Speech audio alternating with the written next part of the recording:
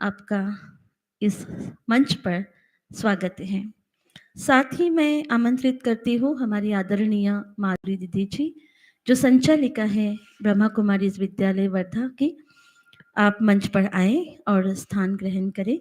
साथ ही vision group of institute की faculty आशीष sir, आपसे अनुरोध है आप मंच पर आए। पंकज सर और हर्षल सर से भी निवेदन है आप मंच की तरफ आएंगे। पेरेंटिंग बहुत बड़ा शब्द है।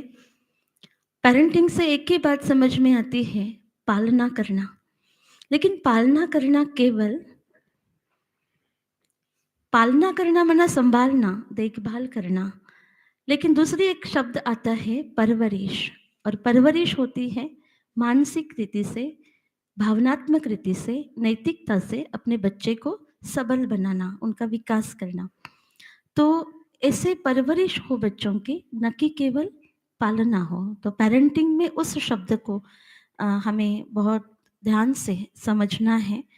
तो आज के इस महत्वपूर्ण विषय के तरफ तो हम बढ़ेंगे ही, लेकिन सबसे पूर्व कार्यक्रम की शुरुआत करते हैं, अपनी चेतना को केंद्रित करते हैं एक स्थान पर, और 2 मिनट के लिए साइलेंस में बैठकर हम आज के कार्यक्रम की शुरुआत करते हैं। इस विद्यालय की परंपरा के अनुसार हम अपने मन को एकाग्र करते हैं।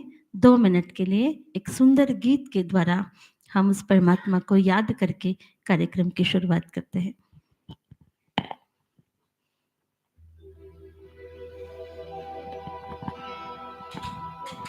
प्रेम से बस लो घड़ी,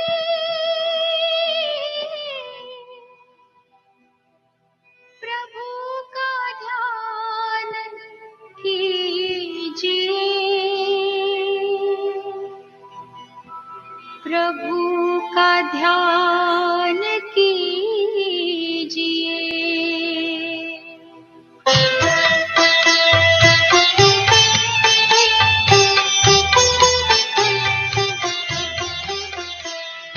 प्रेम से बस दो घड़ी प्रभु का ध्यान कीजिए, अपनी अंतर आत्मा को शांति से भर लीजिए, शांति से भर लीजिए।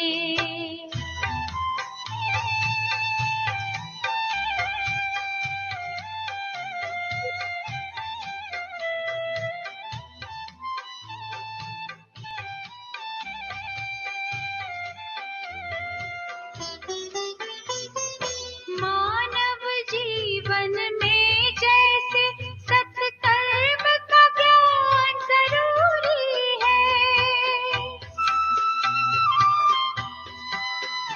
हर कर्म से पहले प्यारे प्रभु का वैसे ध्यान जरूरी है।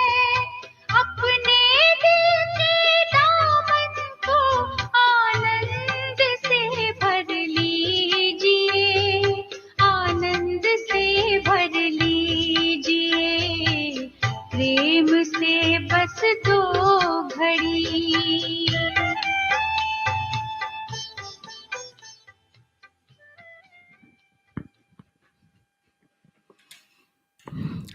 इसी एकाग्रता के साथ आगे कार्यक्रम को बढ़ाते हैं। जैसे कहते हैं कि बर्फ के साथ जब निकटता होती है तो शीतलता की अनुभूति होती है, अग्नि की निकटता जब होती है तो गर्माहट महसूस होती है। वैसे ही जब हम ध्यान में जाते हैं तो ईश्वर के साथ का अनुभव करते हैं, तो उनके गुणों और शक्तियाँ हमारे वो महसूसता में होती है। तो इस शांति में बैठकर हमने उस ईश्वर को याद करने की कोशिश की, और उनके साथ का अनुभव लेकर के हम आगे बढ़ते हैं। बड़ी गौरवशाली हमारी परंपरा है अतिथि देवो भव की। तो आइए स्वागत की कड़ी को आगे बढ़ाते हैं। मैं बहनों से अनुरोध करती हूँ पुष्पगुच्छ लेकर आए, और आशीष सर जो विजन ग्रुप ऑफ इंस्टीट्यूट से हैं, आपसे अनुरोध करती हूँ कि आप हमारे सम्माननीय अतिथि आदरणीय डॉक्टर शिवलाल कावड़े जी, इनका स्वागत करेंगे। रीना दीदी कृपया मंच की तरफ आएंगे।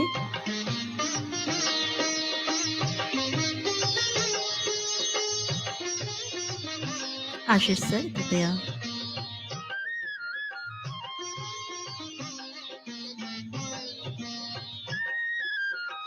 अभिवादन अभिनंदन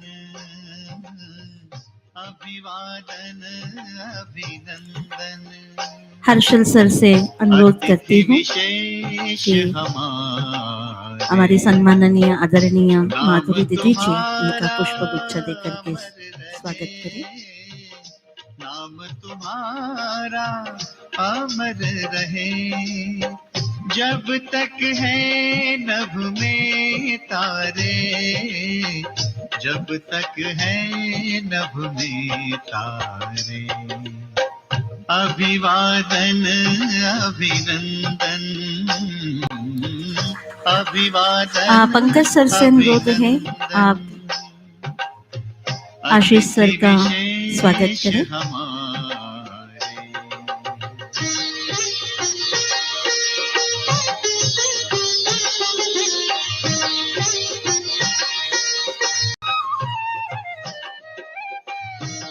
साथ ही सभा में बैठे सभी, जो आप कोई पहली बार आए होंगे, कोई कई बार आके गए होंगे, सभी का दिल से इस ब्रह्मा कुमारी इस परिवार की ओर से, विजन ग्रुप ऑफ इंस्टीट्यूट की ओर से बहुत बहुत स्वागत है, स्वागत है।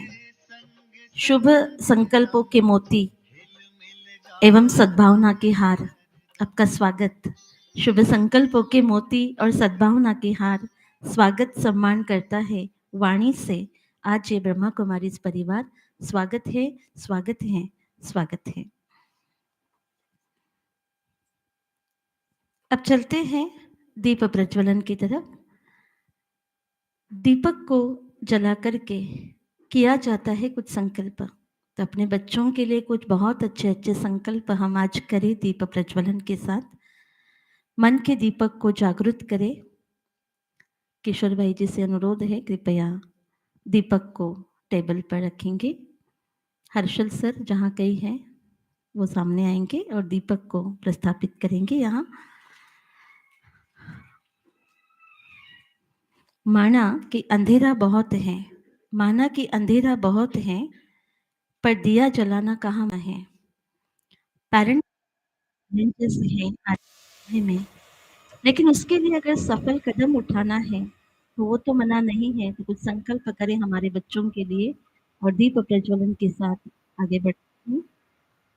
माँ सरस्वती और इस विद्याधन को घर घर तक पहुँचाने वाली, जन जन तक पहुँचाने वाली माँ सावित्री को अपने मानस पटल पर लेकर आए और इस सुंदर दीप प्रज्वलन का हिस्सा हम बनेंगे।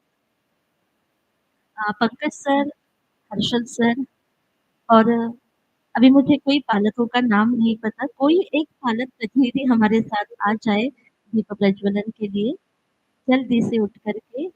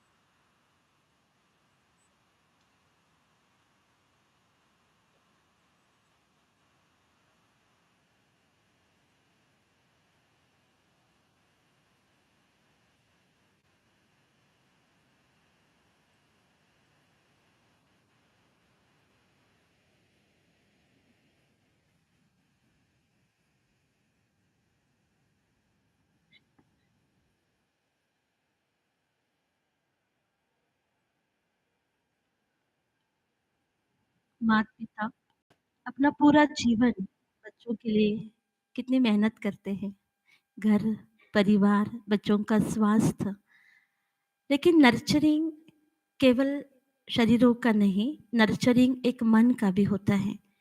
और ऐसी ही एक हस्ती जो मन को नर्चर करती है, जो मन का पोषण कराती है इस विश्वविद्यालय के माध्यम से, हमारी आदरणीय माधुरी दीदी जी, आपसे अनुरोध है कि आप आए मंच पर और अपने आशीर्वचन रूपी बोल इस सभा में रखें, सभी का स्वागत भी करें।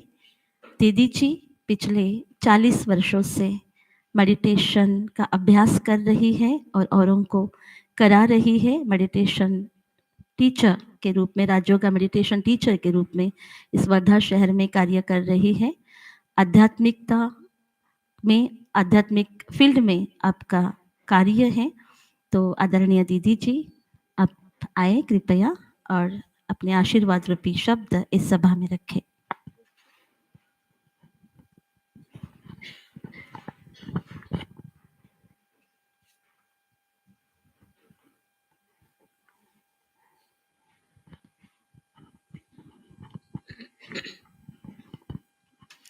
ओम शांति, ओम शांति, ओम शांति। आप सभी इस शांति परिसर में प्रजापिता ब्रह्मा कुमारी ईश्वरीय विश्वविद्यालय में पधारे। यह आपका ही घर है। आपके ही घर में आपका बहुत बहुत दिल से हार्दिक स्वागत है, स्वागत है, स्वागत है। कि अपना घर इसलिए मैंने बोला कि यह भगवान का घर है और भगवान हम सभी का पिता है। तो पिता का घर वह बच्चों का घर होता है, इसलिए अपने घर में आए, इसलिए स्वागत है। और हमारे बीच में विशेष कैनेडा से पधारे हमारे शिवलाल भाई जी, इतने दूर से आए आप सभी से मिलने के लिए। और इनका मैं बहुत दिल से हार्दिक स्वागत करती हूँ। और सर आशीष सर विजन ग्रुप से आए हैं, इनका भी मैं बहुत दिल से हार्दिक स्वागत करती हूँ। आज हम सभी इसलिए यहाँ पहुँच गए कि अपने बच्चों की परवरिश हम कैसे करें। सभी अच्छी तरह से परवरिश करते हैं और हमको यही लगता है कि हमारा बच्चा बहुत अच्छा हो, लेकिन उसके पहले हमने ये सोचा कि हमें भी कुछ अच्छा बनना पड़ेगा। ये भी तो सोचना बहुत जरूरी है। हमने बच्चों को दीदी हम अपने बच्चों के ना सेंटर पर भेजेंगे, किस लिए? वो ना बहुत पढ़ाई में होशियार हो जाए, आगे बढ़ जाए, ये हो जाए, उसको ये आदत लग गई, ये हो, इसके लिए भेजें। पहले आप आओ तब वो अपने आप सुधर जाएगा, उसको सुधारने की कोई आवश्यकता नहीं। पहले कहाँ है? पहले हमें। तो जैसे हम अपना छोटापन याद करेंगे, आया याद आपको? छोटे थे हम, कैसा लग रहा था आपको?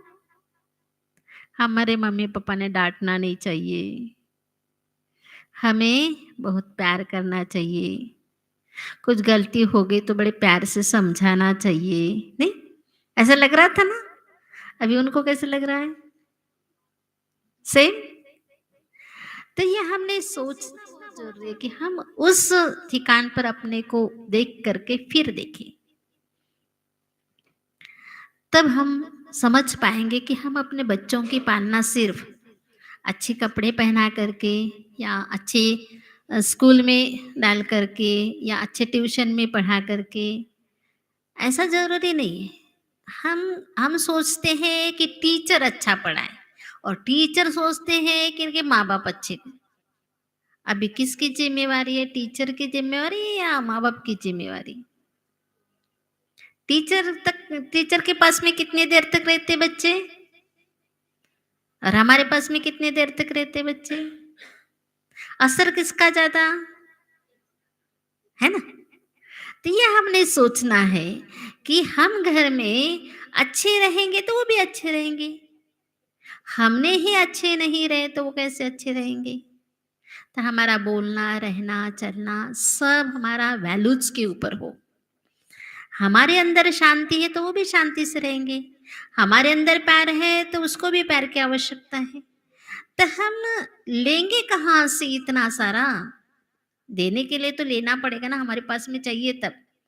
तो मैं ये आपको बताना इसलिए चाहती हूँ कि शांति हो, सुख हो, प्यार हो, आनंद हो, खुशी हो, शक्ति हो, ज्ञान हो, ये सब हमारे पास में इतना-इतना है, ठीक है? कितना-कितना है? और चाहिए कितना-कितना? इतना-इतना चाहिए, है ना? माँगते कितना है? इतना-इतना माँगते। दूसरे से अपेक्षा कितनी रहती है? इतनी-इतनी रहती है। हम देते कितना है? इतना-इतना। अभी सोचो उसके पास में भी तो उतना है, तो उसमें से वो मेरे को कितना देगा? तो हमें कहीं से भी सोर्स चाहिए ये, और ये सोर्स है परमात्मा पिता निराकार शिव, जिसको सभी लोग हम शिवलिंग की पूजा करते हैं। और शिवलिंग के ऊपर 3 लाइनें दिखाते और बीच में एक गोल दिखाते, अर्थात परमात्मा पिता स्थापना, विनाश और पालना। तो सतयुगी नई दुनिया की स्थापना, इस कलयुगी पुरानी दुनिया का विनाश और सतयुगी नई दुनिया की पालना, इन तीनों देवताओं को 3 काम दिए हुए हैं। और इस वर्तमान समय में परमात्मा पिता इस सृष्टि पर आकर के ये 3 देवताओं को 3 काम बांट दिए हैं।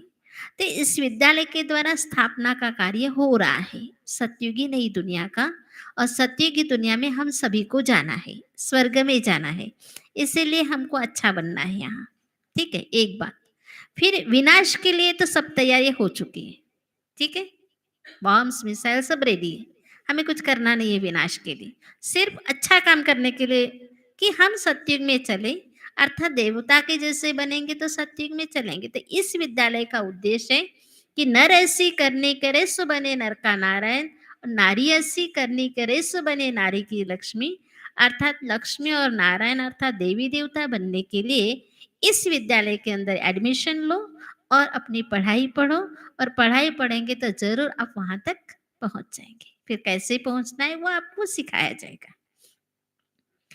दूसरी बात है कि हम सभी तो जानते हैं, मैं एक छोटी सी कहानी सुनाती कि एक दिन ऐसे ही हाथी स्नान करके आ रहा था, ठीक है, हाथी स्नान करे आ रहा था, उधर से सुअर आ रहा था, इधर से हाथी आ रहा था, इधर से सुअर जा रहा था।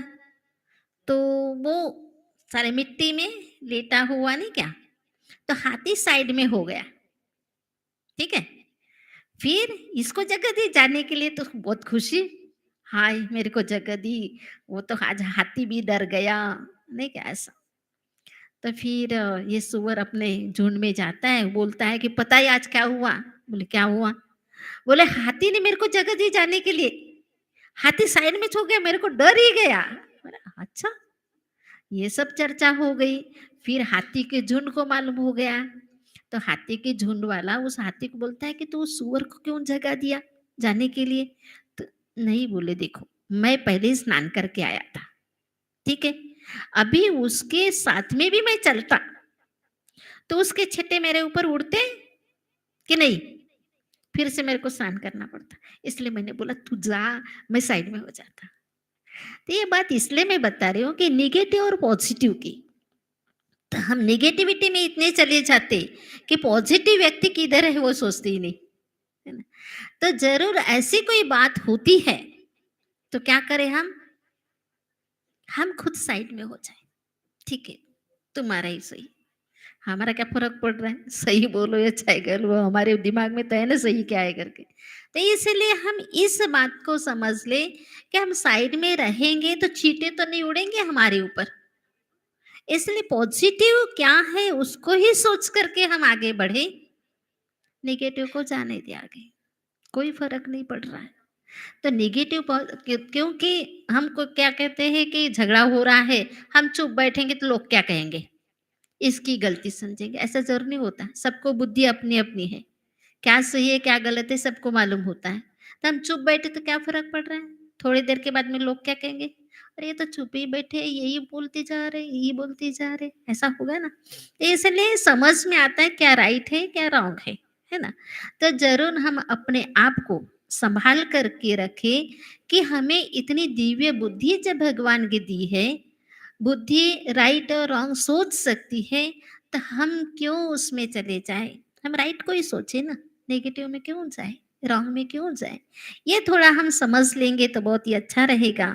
हम अपने बच्चों की पालना बहुत अच्छी तरह से कर सकते हैं। और अच्छी तरह से वो एक छोटी सी कहानी सुनाते ना कि एक बेटा जब फांसी पर लटका रहे थे उसको, तो उसने पूछा कि तेरे को किसे मिलना है? तो बोले मेरे माँ से मिलना है। बोले क्यों?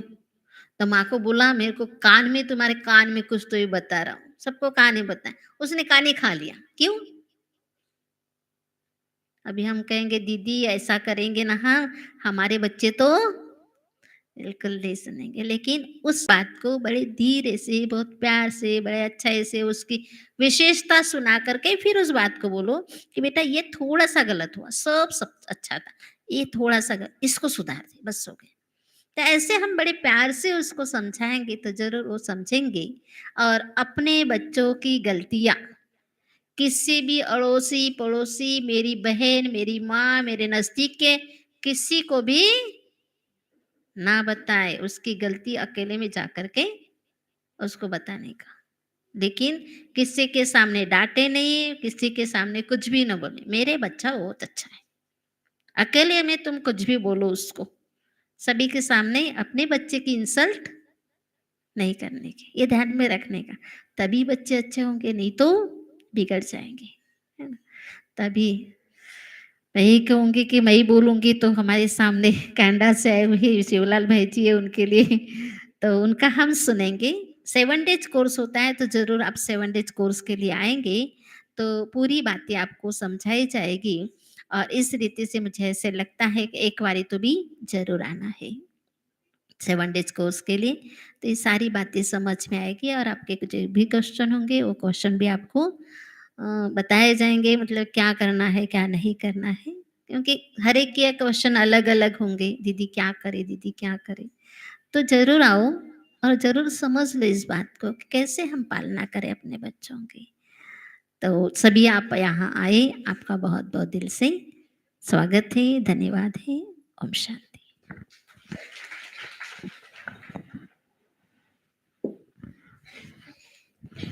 बहुत-बहुत धन्यवाद दीदी।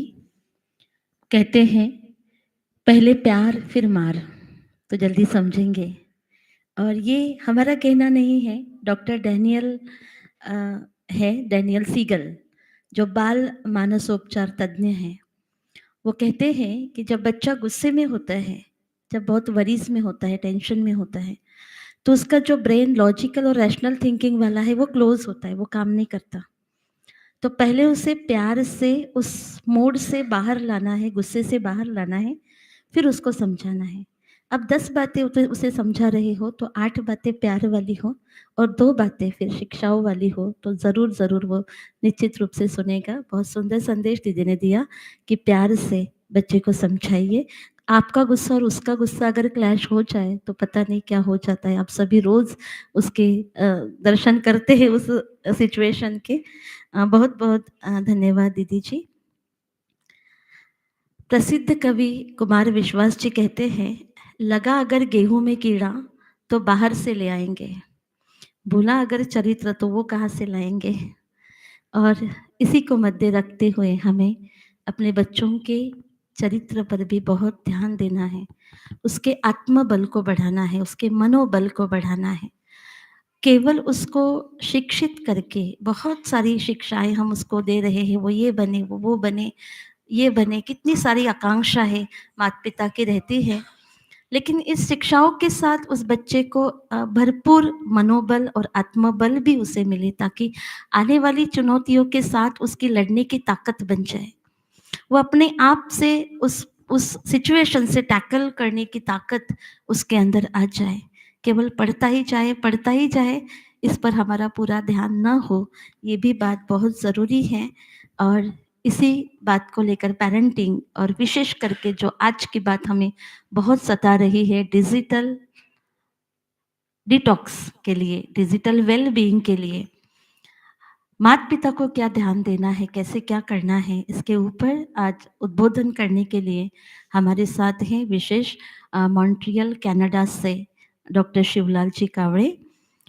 आप इंजीनियर हैं, management professional with 25 years of international experience.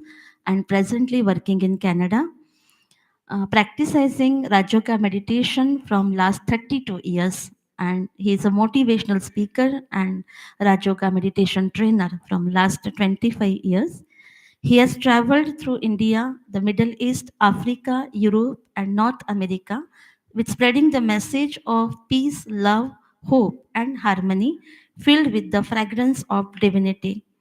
Through his seminars and workshops, he is instrumental in bringing positive change in peoples.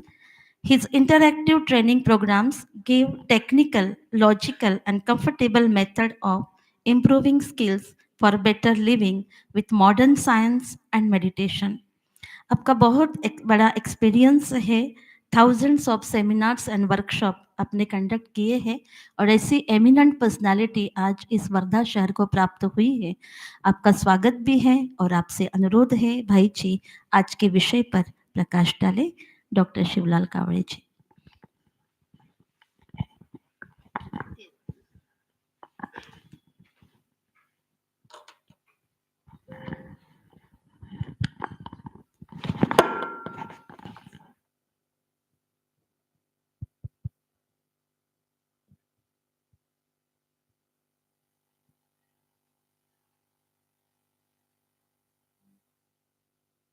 Good evening.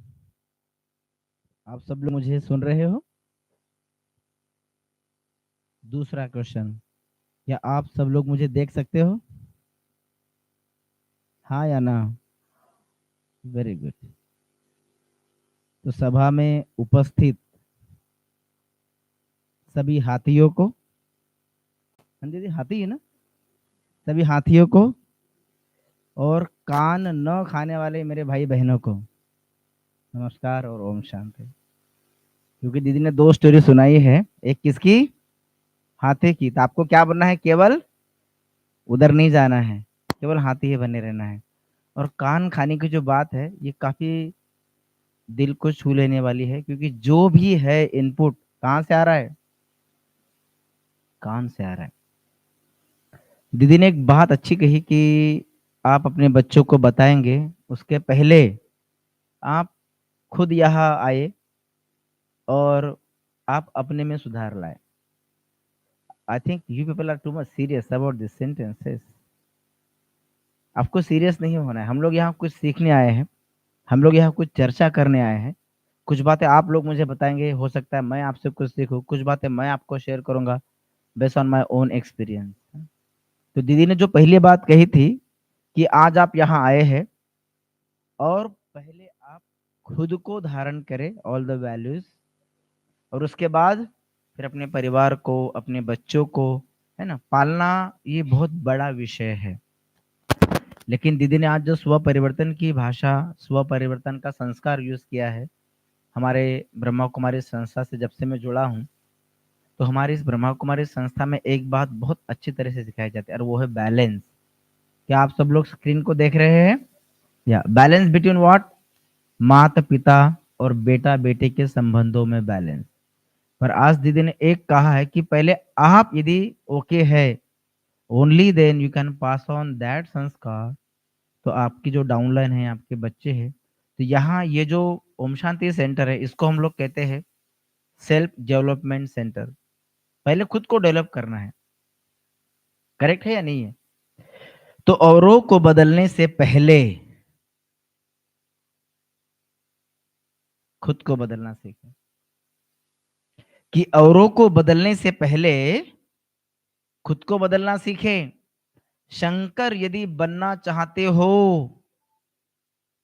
तो विष को निगलना सीखे, और उजाले की परिभाषा नहीं मिलेगी तुम्हें किताबों में, उसे अगर पाना है तो दीपक बनकर जलना सीखे।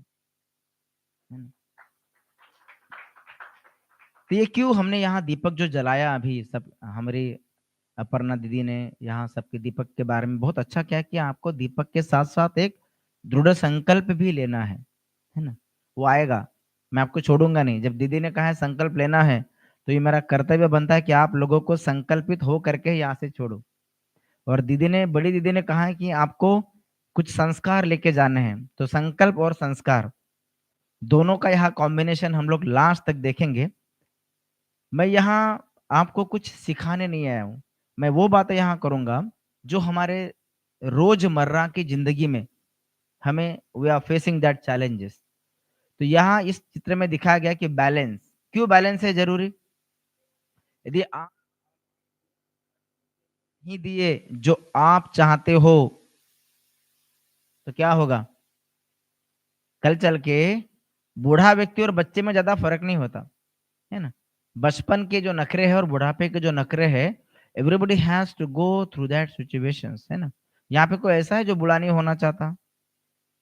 यहाँ पे कोई ऐसा है जो हाँ भाई मैं लाइफ टाइम मरूँगा ही नहीं? ऐसे नहीं है। जीवन में हमें उन चारों बातों को बाल्यावस्था, युवावस्था, प्रौढ़ावस्था, वानप्रस्थावस्था जो भी हमारी लाइफ साइकिल इन सभी बातों में यदि मैं बैलेंस के संस्कार आज यदि मैं मुझ में और उसके बाद मेरे परिवार में यदि डालता हूँ, only then I can expect the same thing during my old age time. नहीं तो फिर आपको आपके बच्चे कहाँ डालेंगे बुढ़ापे में? हम बड़े हुए तो ममता वाले सारे बंधन तोड़ाए, बंगले में कुत्ते पाल लिए और माँ को वृद्धाश्रम छोड़ा। याद की शोकांतिका है।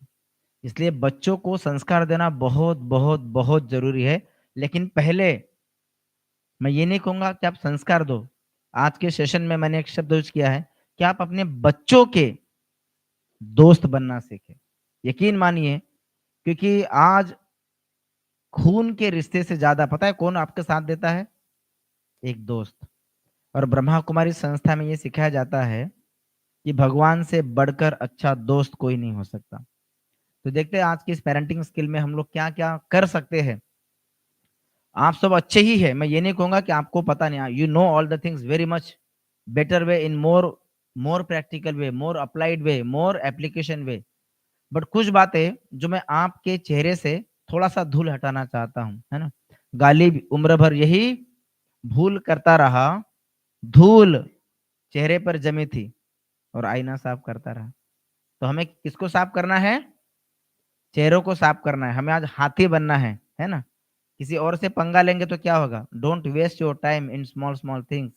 यदि आपको कुछ बड़ा काम करना है तो प्रशांत भाई, can you move this table to that side? या तो पहली बात, हम लोग आप स्कूल में जाते हैं ना, तो आप लोगों को क्या पढ़ाया जाता है ना? बहुत सारे सब्जेक्ट्स होंगे, फिर आपको बताया जाएगा। जैसे यहाँ पे पंकज सर थे, हमारे विजन एकेडमी के सर यहाँ पे आए, तो उनका एक मॉड्यूल होता है, कोर्स होता है कि हम लोग इस कोर्स में क्या क्या सिखाएंगे। तो जैसे स्कूल में होता है ना, तो वैसे ही हम लोग यहाँ एक छोटा सा 1 घंटे का कोर्स है हमारा, जिसमें हम लोग आज पेरेंटिंग क्या होती है, डिजिटल वेलनेस क्या होती है, इसके बारे में सीखेंगे। फिर आने वाले चैलेंजेस क्या है इन दोनों बातों को स्वीकार करने में, और उसके बाद उसके लिए कुछ तरीके हैं क्या, इसको कैसे हम लोग हमारी लाइफ में कनेक्ट कर सकते हैं। And last, how meditation will help us to achieve both the things and to maintain the balance in both the things. तो यहाँ ये कुछ बातें हैं। तो पहला प्रश्न, आप सब लोग कैसे हैं? अच्छे हैं? आप सब लोग सुनने के मूड में हैं? एक इंसान अपने जीवन में ये कुल मिला के 13 मूड जो है यहाँ पे दिखाया गया, 13 मूड्स को चेंज करते रहता है ना? कैसे चेंज करता है? अभी मान लीजिए ये दीदी, हाँ सिस्टर आप आई है यहाँ पे, आपने बहुत अच्छा जैकेट पहना है, पर यदि कोई आपकी तारीफ नहीं करे तो आपको हाउ यू विल फील? यदि आपने बहुत अच्छा ड्रेस पहना है, दिवाली में जो आपको साड़ी मिली थी 25,000 रुपए की, और किसी ने नोटिस नहीं किया, तो आपको कैसे लगेगा? Why nobody is watching me? कोई मुझे देख क्यों नहीं रहा है? कोई मेरी तारीफ क्यों नहीं कर रहा है? फिर आप जानबूझ के क्या कहोगे? मैं कैसी लग रही हूँ? बार बार आईने के सामने जाएंगे, बार बार सेल्फी लेंगे, बार बार सोशल मीडिया पे जाएंगे। ऐसी है ना, ऐसे तो करते हैं। तो जब आप इसको अच्छी वेशभूषा में पहन के आए थे, तब आपका मूड कैसे था? गुड था। But if nobody will notice you, तो आपका मूड कैसे होगा? सैड होगा, बैड होगा, अपसेट होगा। तो ये हमने एक मुखौटे यहाँ दिखाए गए हैं, और हम लोग सोशल मीडिया पे जब कोई भी पोस्ट डालते हैं तो ये मुखौटों को ही धारण करते हैं, है ना? सोशल मीडिया के लिए बहुत अच्छी कहावत है कि नेकी कर और दरिया में डाल। यहाँ तक तो आपने सुना होगा। उसके आगे मैं आपको 2 लाइन सुनाता हूँ कि नेकी कर और दरिया में डाल, पर यदि कोई नोटिस नहीं करे तो फिर से वापस निकाल। इसलिए तो हम लोग बार बार फेसबुक पे, व्हाट्सएप पे बार बार रिपोस्ट करते हैं। Why we do the post repost? कोई नोटिस क्यों नहीं कर रहा है? Why you are not appreciating me? मैंने इतनी अच्छी चप्पल पहनी, मैंने नई कार पहनी, and nobody is watching me, nobody, कोई मेरी स्तुति क्यों नहीं कर रहा है, कोई मेरी प्रशंसा क्यों नहीं कर रहा है? यही तो होता है ना। कहते हैं कि किस्मत, खुशामद तो किसको भी प्यारी होती है? खुदा को भी प्यारी होती है।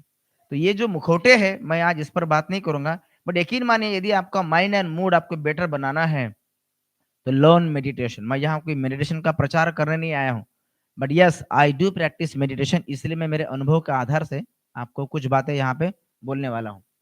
हमने पहले के जमाने में हम क्या करते थे, यदि आपने कोई स्तुति नहीं की तो उतना फर्क नहीं पड़ता था, लेकिन आज क्या हो रहा है?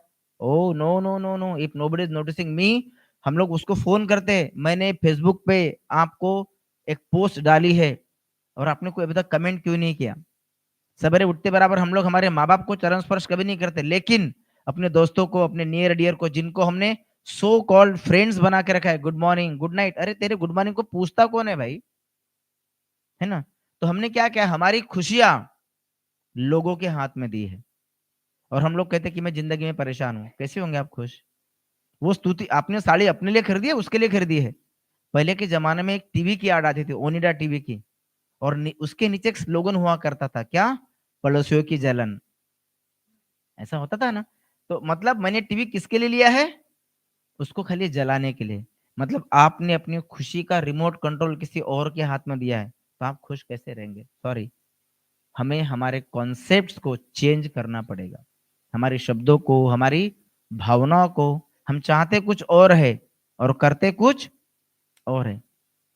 राम जैसा पति मिले, इसके लिए सीता ने बहुत सारे व्रत किए, उपवास किए। आपने भी 16 सोमवार किए होंगे, बट आपके नसीब में वही लिखा था, तो उसमें आपकी गलती नहीं है, है ना?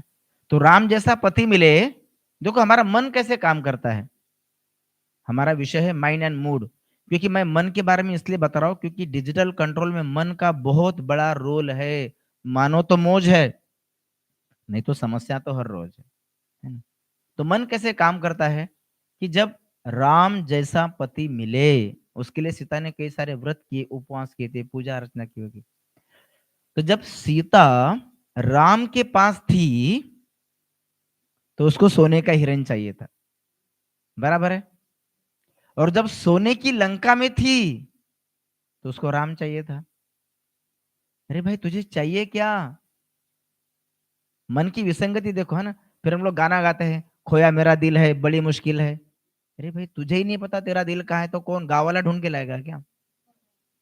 हम लोग को गाना गाते हैं, ऊंची है बिल्डिंग लिफ्ट तेरी बंद है। ये सीढ़ियां किसके लिए बनी थी? हमारी मानसिकता हमने अलग बना के रखी है। यदि मुझे इस टेबल को साफ करना है तो आप अपने बेटे को क्या बोलते हो? बेटा टेबल को साफ करने के लिए खराब कपड़ा लेके आओ। आपको टेबल को क्या करना है तो कपड़ा कौन सा लाना पड़ेगा, और आप क्या बोल रहे हो? तो टेबल साफ होगा कि खराब होगा?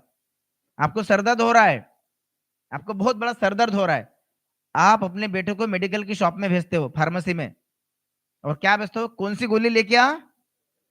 ओ आपको सब पता है दीदी, इनको सब पता है, आपने मुझे गलती से बुला लिया, इनको सब पता है। तो सरदर्द बढ़ेगा या कम होगा? अपने शब्दों पर ध्यान रखे, अपने विचारों पर ध्यान रखे। जो शब्द आप यहाँ उच्चारित करेंगे, चाहे आपका घर हो, आपका ऑफिस हो, परिवार हो, हर शब्द की एक एनर्जी है, और उस एनर्जी से हमारा बनता है व्यवहार। तो सबसे इंसान को यदि सफल होना है तो सबसे पहली जो सीढ़ी है वो है आपका व्यवहार। और व्यवहार में आता है सबसे पहले, आप अपने बेटे को क्या बोलते थे पहले के जमाने में? बता रहा हूं मैं, थोड़ी सी कंप्लेंट। मेरा लड़का ना उस लड़की के पीछे पागल है, बोलते कि नहीं? मराठी में बोलते त्या सटवीने माझा पोरावर जादू केली आहे। अभी उसके जगह किसने ले ली है? मोबाइल ने ले ली। अभी लड़कियां छूट गई कम से कम। अभी हर माँ क्या बोलती है? तुम्हारे मोबाइल को कहीं जला करके आओ, डाल करके आओ। ये जो मोबाइल द वे, आप ईमानदारी से मुझे बताओ, सवेरे उठते बराबर कितने लोग मोबाइल को बगैर टच किए 1 घंटा रह सकते हैं। Can you imagine? Very few, very good. नहीं तो आज हम लोग, oh that's good, her 10 minute में हम लोग किसको चेक करते हैं? चेक करते कि नहीं? बचपन में जब छोटा था, तो उन दिनों डायपर हुआ करते थे ना, डायपर अभी भी है। माँ क्या करती है? छोटे बच्चों को डायपर पहनाते। क्यों पहनाती है? कि ताकि वो सुसु न करे, और फिर हर 10 मिनट में चेक करती है कि उसने गीला तो नहीं किया। हम लोग मोबाइल के साथ क्या कर रहे हैं? हर 10 मिनट में कुछ आया तो नहीं? अरे आप पंतप्रधान हो, राष्ट्रपति हो, आप कोई वीआईपी डॉक्टर हो जो आपको इमरजेंसी आएगी, लेकिन हर 10 मिनट में व्हाट्सएप है, फेसबुक है, इंस्टाग्राम है, ये सब हमने यहाँ पे दिए हैं। बच्चों के शौक, इसके आगे चिल्ड्रंस के भी आएंगे, पेरेंट्स के भी आएंगे, लेकिन क्या है? सबसे पहला WhatsApp and social media, Facebook. ऐसे है कि नहीं? हर 10 मिनट में हम चेक कर रहे हैं मोबाइल में कुछ आया तो नहीं, जबकि कुछ है ही नहीं। आहिस्ता आहिस्ता ये हमारी मानसिकता बन गई है। अगर 24 घंटे आपकी बीबी आपके साथ नहीं है तो उतना फर्क नहीं पड़ेगा। बराबर है ना भाई जी? फिर यदि मोबाइल 24 घंटे नहीं है तो बताओ आपकी जीवन संगिनी वो है या ये है? आपने शादी उससे की या इससे की है? कुंडली किसकी मिली थी? यहाँ पे बहुत सारे लोगों की शादी हो गई होंगी। कुंडली किससे मिलाए थे? वाइफ से। गुण किसके मिले? वाइफ के। कुंडली मिली, ग्रह मिले, तारे मिले, यहाँ तक कि मामा का सरनेम भी मिला था। बराबर है ना? मामकुल भी मिला था ना, तब जाके शादी हुई। तो भाई जब इतना सब कुछ मिला तो फिर झगड़े तो नहीं होने चाहिए थे घर में, फिर भी होते हैं ना। और खास करके हम जिसको ज्यादा चाहते हैं, माना मैं मोबाइल की बात कर रहा हूँ, हमेशा वो कहाँ रहेगा वो भूल जाते हैं। ये कैसी कैसी चीज है? जिसको हम लोग सबसे ज्यादा प्यार करते हैं, दिन में से एक बार पता नहीं मैंने मोबाइल क्या रख दिया होगा, आती है ना ऐसी में नौबत, फिर घर बार ढूंढते हैं। तो ये जो व्हाट्सएप है, ये जो फेसबुक है, इन्होंने हमारी जिंदगी आजकल खुश तो की है लेकिन जीना हराम भी करके रखा है। पहले क्या था? सहजता थी, सादगी थी और बंदगी थी। सहजता थी, सादगी थी और बंदगी थी। जब व्हाट्सएप और फेसबुक नहीं था ना, तब जिंदगी जिंदगी थी। आज क्या हो रहा है? आज हम लोग दिखाओ कि कितने लोगों के ट्रू फ्रेंड्स, यदि आपको आज नौबत आ जाए कि कोई परेशान है, आपके व्हाट्सएप एंड फेसबुक से कितने लोग आपको दौड़कर मदद करने के लिए आएंगे। लेकिन आपने फेसबुक पे, सोशल मीडिया पे हजारों लोगों को अपना दोस्त, अपना फ्रेंड्स, पता नहीं और क्या क्या बना के रखा है। यहाँ तक तो बैंगलोर में लास्ट टाइम 3 महीने पहले एक केस आई थी, वो छोटे बच्चों को दवाखाने में एडमिट करना पड़ा। हर 10 मिनट में उसको टेक्स्ट करने की आदत थी, आपने सुना होगा, छोटी सी देखो। फिर उसको इमरजेंसी में एडमिट करना पड़ा, है ना। एक जो पेशेंट था, उसकी आंखों का ऑपरेशन हुआ। मैं आपको ट्रू स्टोरी सुना रहा हूं। तो उसकी आंखों का ऑपरेशन हुआ, तो डॉक्टर ने उसके आंखों के ऊपर पट्टी नहीं बांधी, उसने उसके उंगलियों पर पट्टी बांधी। तो जब उसका दोस्त उस पेशेंट से मिलने गया तो बोले, डॉक्टर पागल है क्या? ऑपरेशन आंखों का हुआ है और पट्टियां उंगलियों पर बांधी है। तो बोले क्यों? तो डॉक्टर ने कहा इसलिए बांधी है ताकि दिन भर व्हाट्सएप फेसबुक चला के आंखों को परेशान न कर सके। देखो सोचने का तरीका। जब आपके हाथों पे पट्टियां बंधी, आप मोबाइल को कैसे चलाओगे? और आंखों का सबसे बड़ा दुश्मन क्या है आज की तारीख में? Mobile, ultra violet radiation. तो उसकी पट्टियों को बांधा है उसने। So this is called creative solution, है ना। आजकल के जमाने में लोग ऑनलाइन शादी तक के जा रहे हैं। ये जो व्हाट्सएप है, जो फेसबुक है, जो इंस्टाग्राम है, रील्स है ना, रील्स कितने लोग देखते हैं? सब लोग देखते हैं, कोई हाथ नहीं उठाना चाहेगा, बट देखते तो है रील्स। 2-2 मिनट की, 3-3 मिनट की, और अपने आप को क्या समझते हैं? अच्छा 2 मिनट बचा है क्या, एक रील देख लेता हूँ। जैसे उसको लगता है कि मैंने टाइम बहुत सफल किया। एक छोटा बच्चा बाथरूम जा रहा है नहाने के लिए, बाल्टी भर में वो गर्म पानी लिया, तो पिताजी ने बोला कि भाई तू बाथरूम जा रहा है, टॉयलेट बाथरूम जा रहा है, तो हाथ में मोबाइल लेके क्यों जा रहा है? पिताजी मैं बैठे बैठे क्या करूंगा? तो देखो हमारा सोचने का तरीका कहाँ तक के क्या से क्या हो गया है। हमारे एक दोस्त ने, मेरे परिचित दोस्त है, उसने ऑनलाइन मैरिज किया। यहाँ बहुत सारे लोगों ने किया होगा, आजकल सब कॉमन हो गया है ना, ऑनलाइन मैरिज किया। और जब डिलीवरी पार्सल घर पे आया तो रिजेक्ट नहीं कर सकता है, क्या करें, है ना। क्योंकि ऑनलाइन में वो सब बातें आपको वो नहीं, जैसे वो सब बातें आपको पता नहीं चलेगी। कितने लोगों का, मैं प्रैक्टिकल बात बोल रहा हूँ, कितने लोग यहाँ पर ऐसे हैं जिनको अपना आधार कार्ड वाला फोटो पसंद है,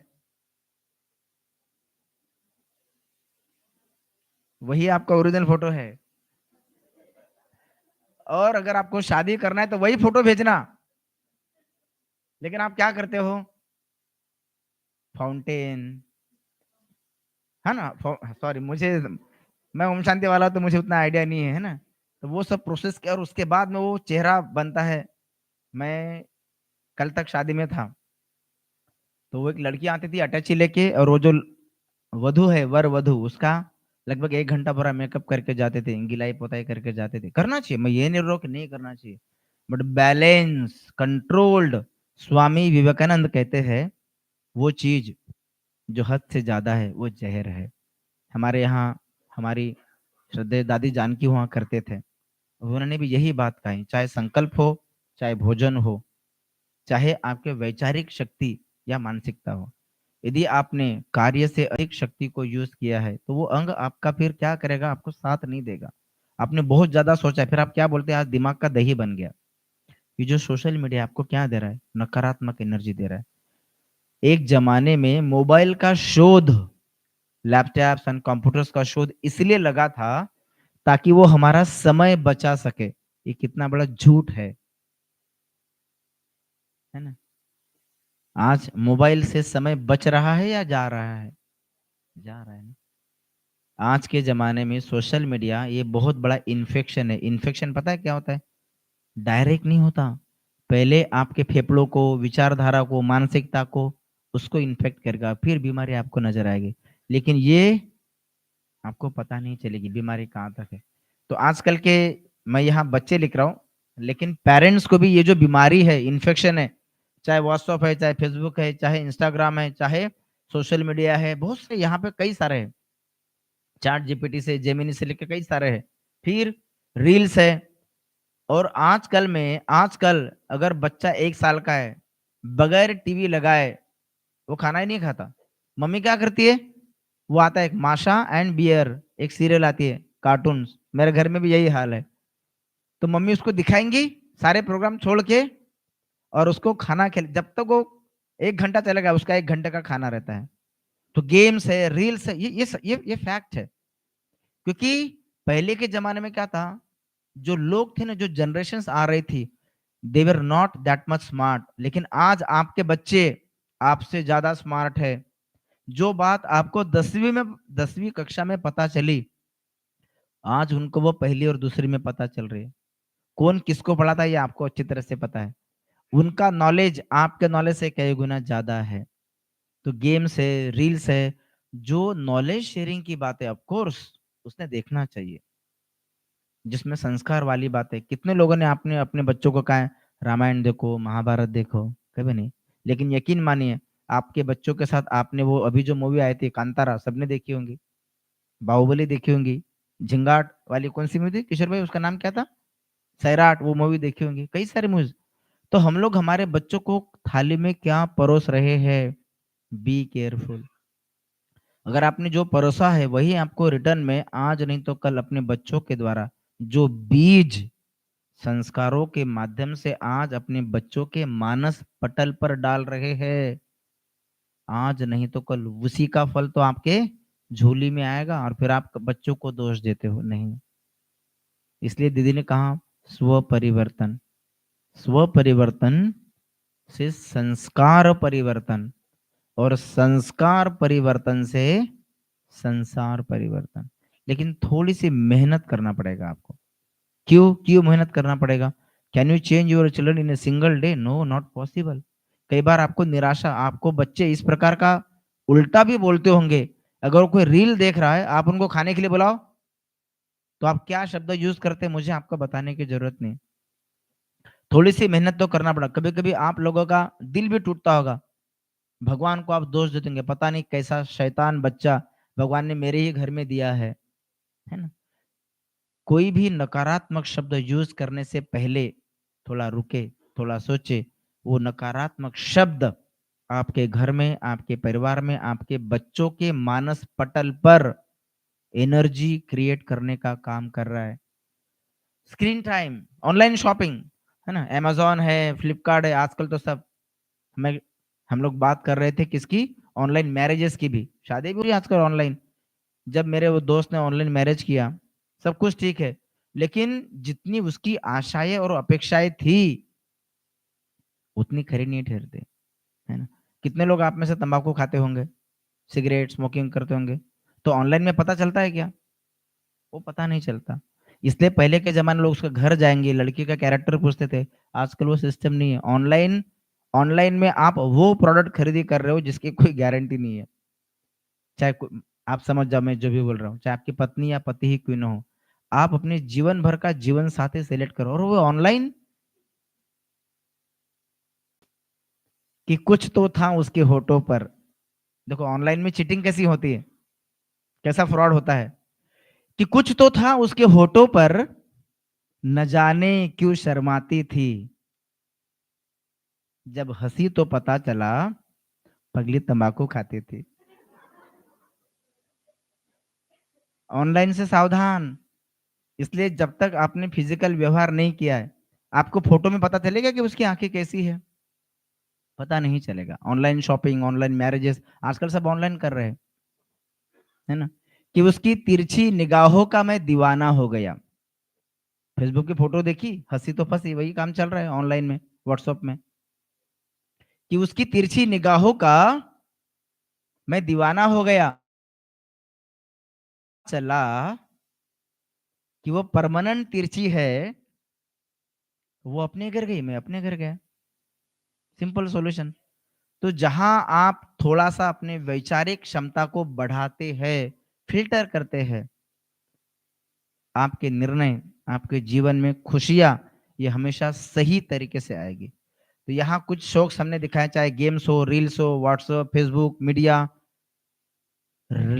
रात को लेट तक जागना, जिसको आजकल एक नया शब्द आया इसी सोशल मीडिया से, मैं वो शब्द यूज नहीं करना चाहता था, पर जिसको हम लोग कहते हैं डेटिंग।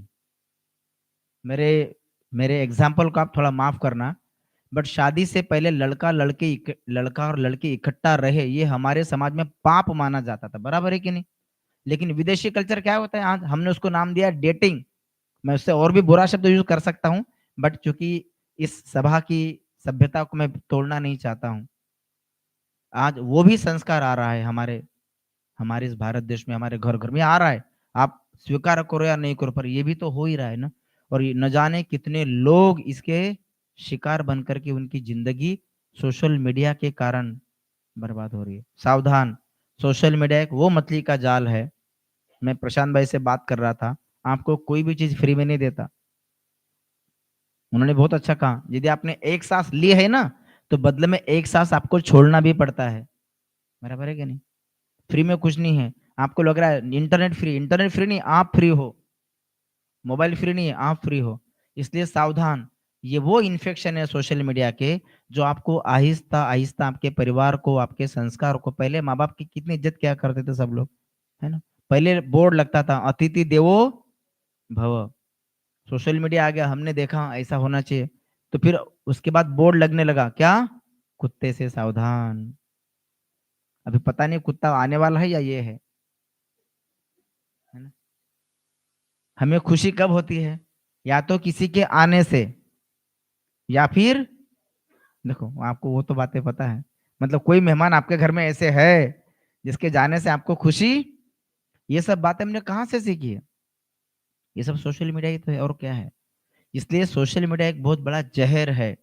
हमने वो बातें जो हमने सोची नहीं थी, चित्रों में दिखाया जाएगा, चाहे कंतारा मूवी, अभी मैं रामटेक में था, जो मूवी में डांस दिखाया गया वही डांस उन्होंने शोभा यात्रा में रखा, और उसी को लोगों ने पसंद भी किया। सावधान, आप अपने बच्चों को क्या दिखा रहे हो। संस्कार दोगे, संस्कार मिलेंगे। प्यार दोगे, प्यार मिलेगा। हर कोई अपने बेटे से प्यार चाहता है, बुढ़ापे में खास करके, लेकिन आपने उसके बचपन में, उसके युवा अवस्था में क्या संस्कार डाले, इसलिए हो सके, इसलिए मैंने आपको एक शब्द यूज किया था, दोस्त बनना सीखे अपने परिवार के, अपने भाई के, अपने बेटे के। और दोस्त बनकर यदि आप कोई उसको प्यार से समझाते हो, दीदी ने कहा था ना प्यार से समझाओ, उसको कहते हैं सैंडविच मेथड। पहले प्यार, पुचकार, फिर शिक्षा। चूहा क्या करता है? चूहा पहले फूंक मारेगा और उसके बाद में काटता है। तो जब तक आप बच्चों को सुधारना भी है तो पहले प्यार देना सीखो। और प्यार प्राप्त करने के लिए जो मेडिटेशन सेंटर, यहाँ पे मेडिटेशन के माध्यम से इतना प्यार भरो, इतना प्यार भरो कि आपके गुस्से में भी प्यार दिखाई दे। प्यार में वो ताकत है दुनिया को झुकाने की। प्यार में वो ताकत है दुनिया को झुकाने की, वरना क्या जरूरत थी प्रभु श्री राम को शबरी के झूठे बेर खाने के, है ना। तो आपको अपने बच्चों को क्या देना है? पहले प्यार और उसके बाद में शिक्षा। यहाँ पे हमने पेरेंट्स के क्या क्या है, जैसे बच्चों की प्रॉब्लम्स है वैसे अपने माता पिता के भी तो प्रॉब्लम्स होंगे ना। अगर ये बाप ही रात दिन रील में लगा हुआ है तो बेटा क्या करेगा, है ना। मेरी जो माँ है, मेरे साथ अभी आई है, मराठी में बहुत अच्छी कहावत है उसकी, वो मैं कभी जिंदगी भर नहीं भूला। वो क्या बोलती है मराठी में? बाप तसा लेक, मसाला एक। बराबर है कि नहीं? तो जैसे माँ बाप होंगे वैसा क्या होगा?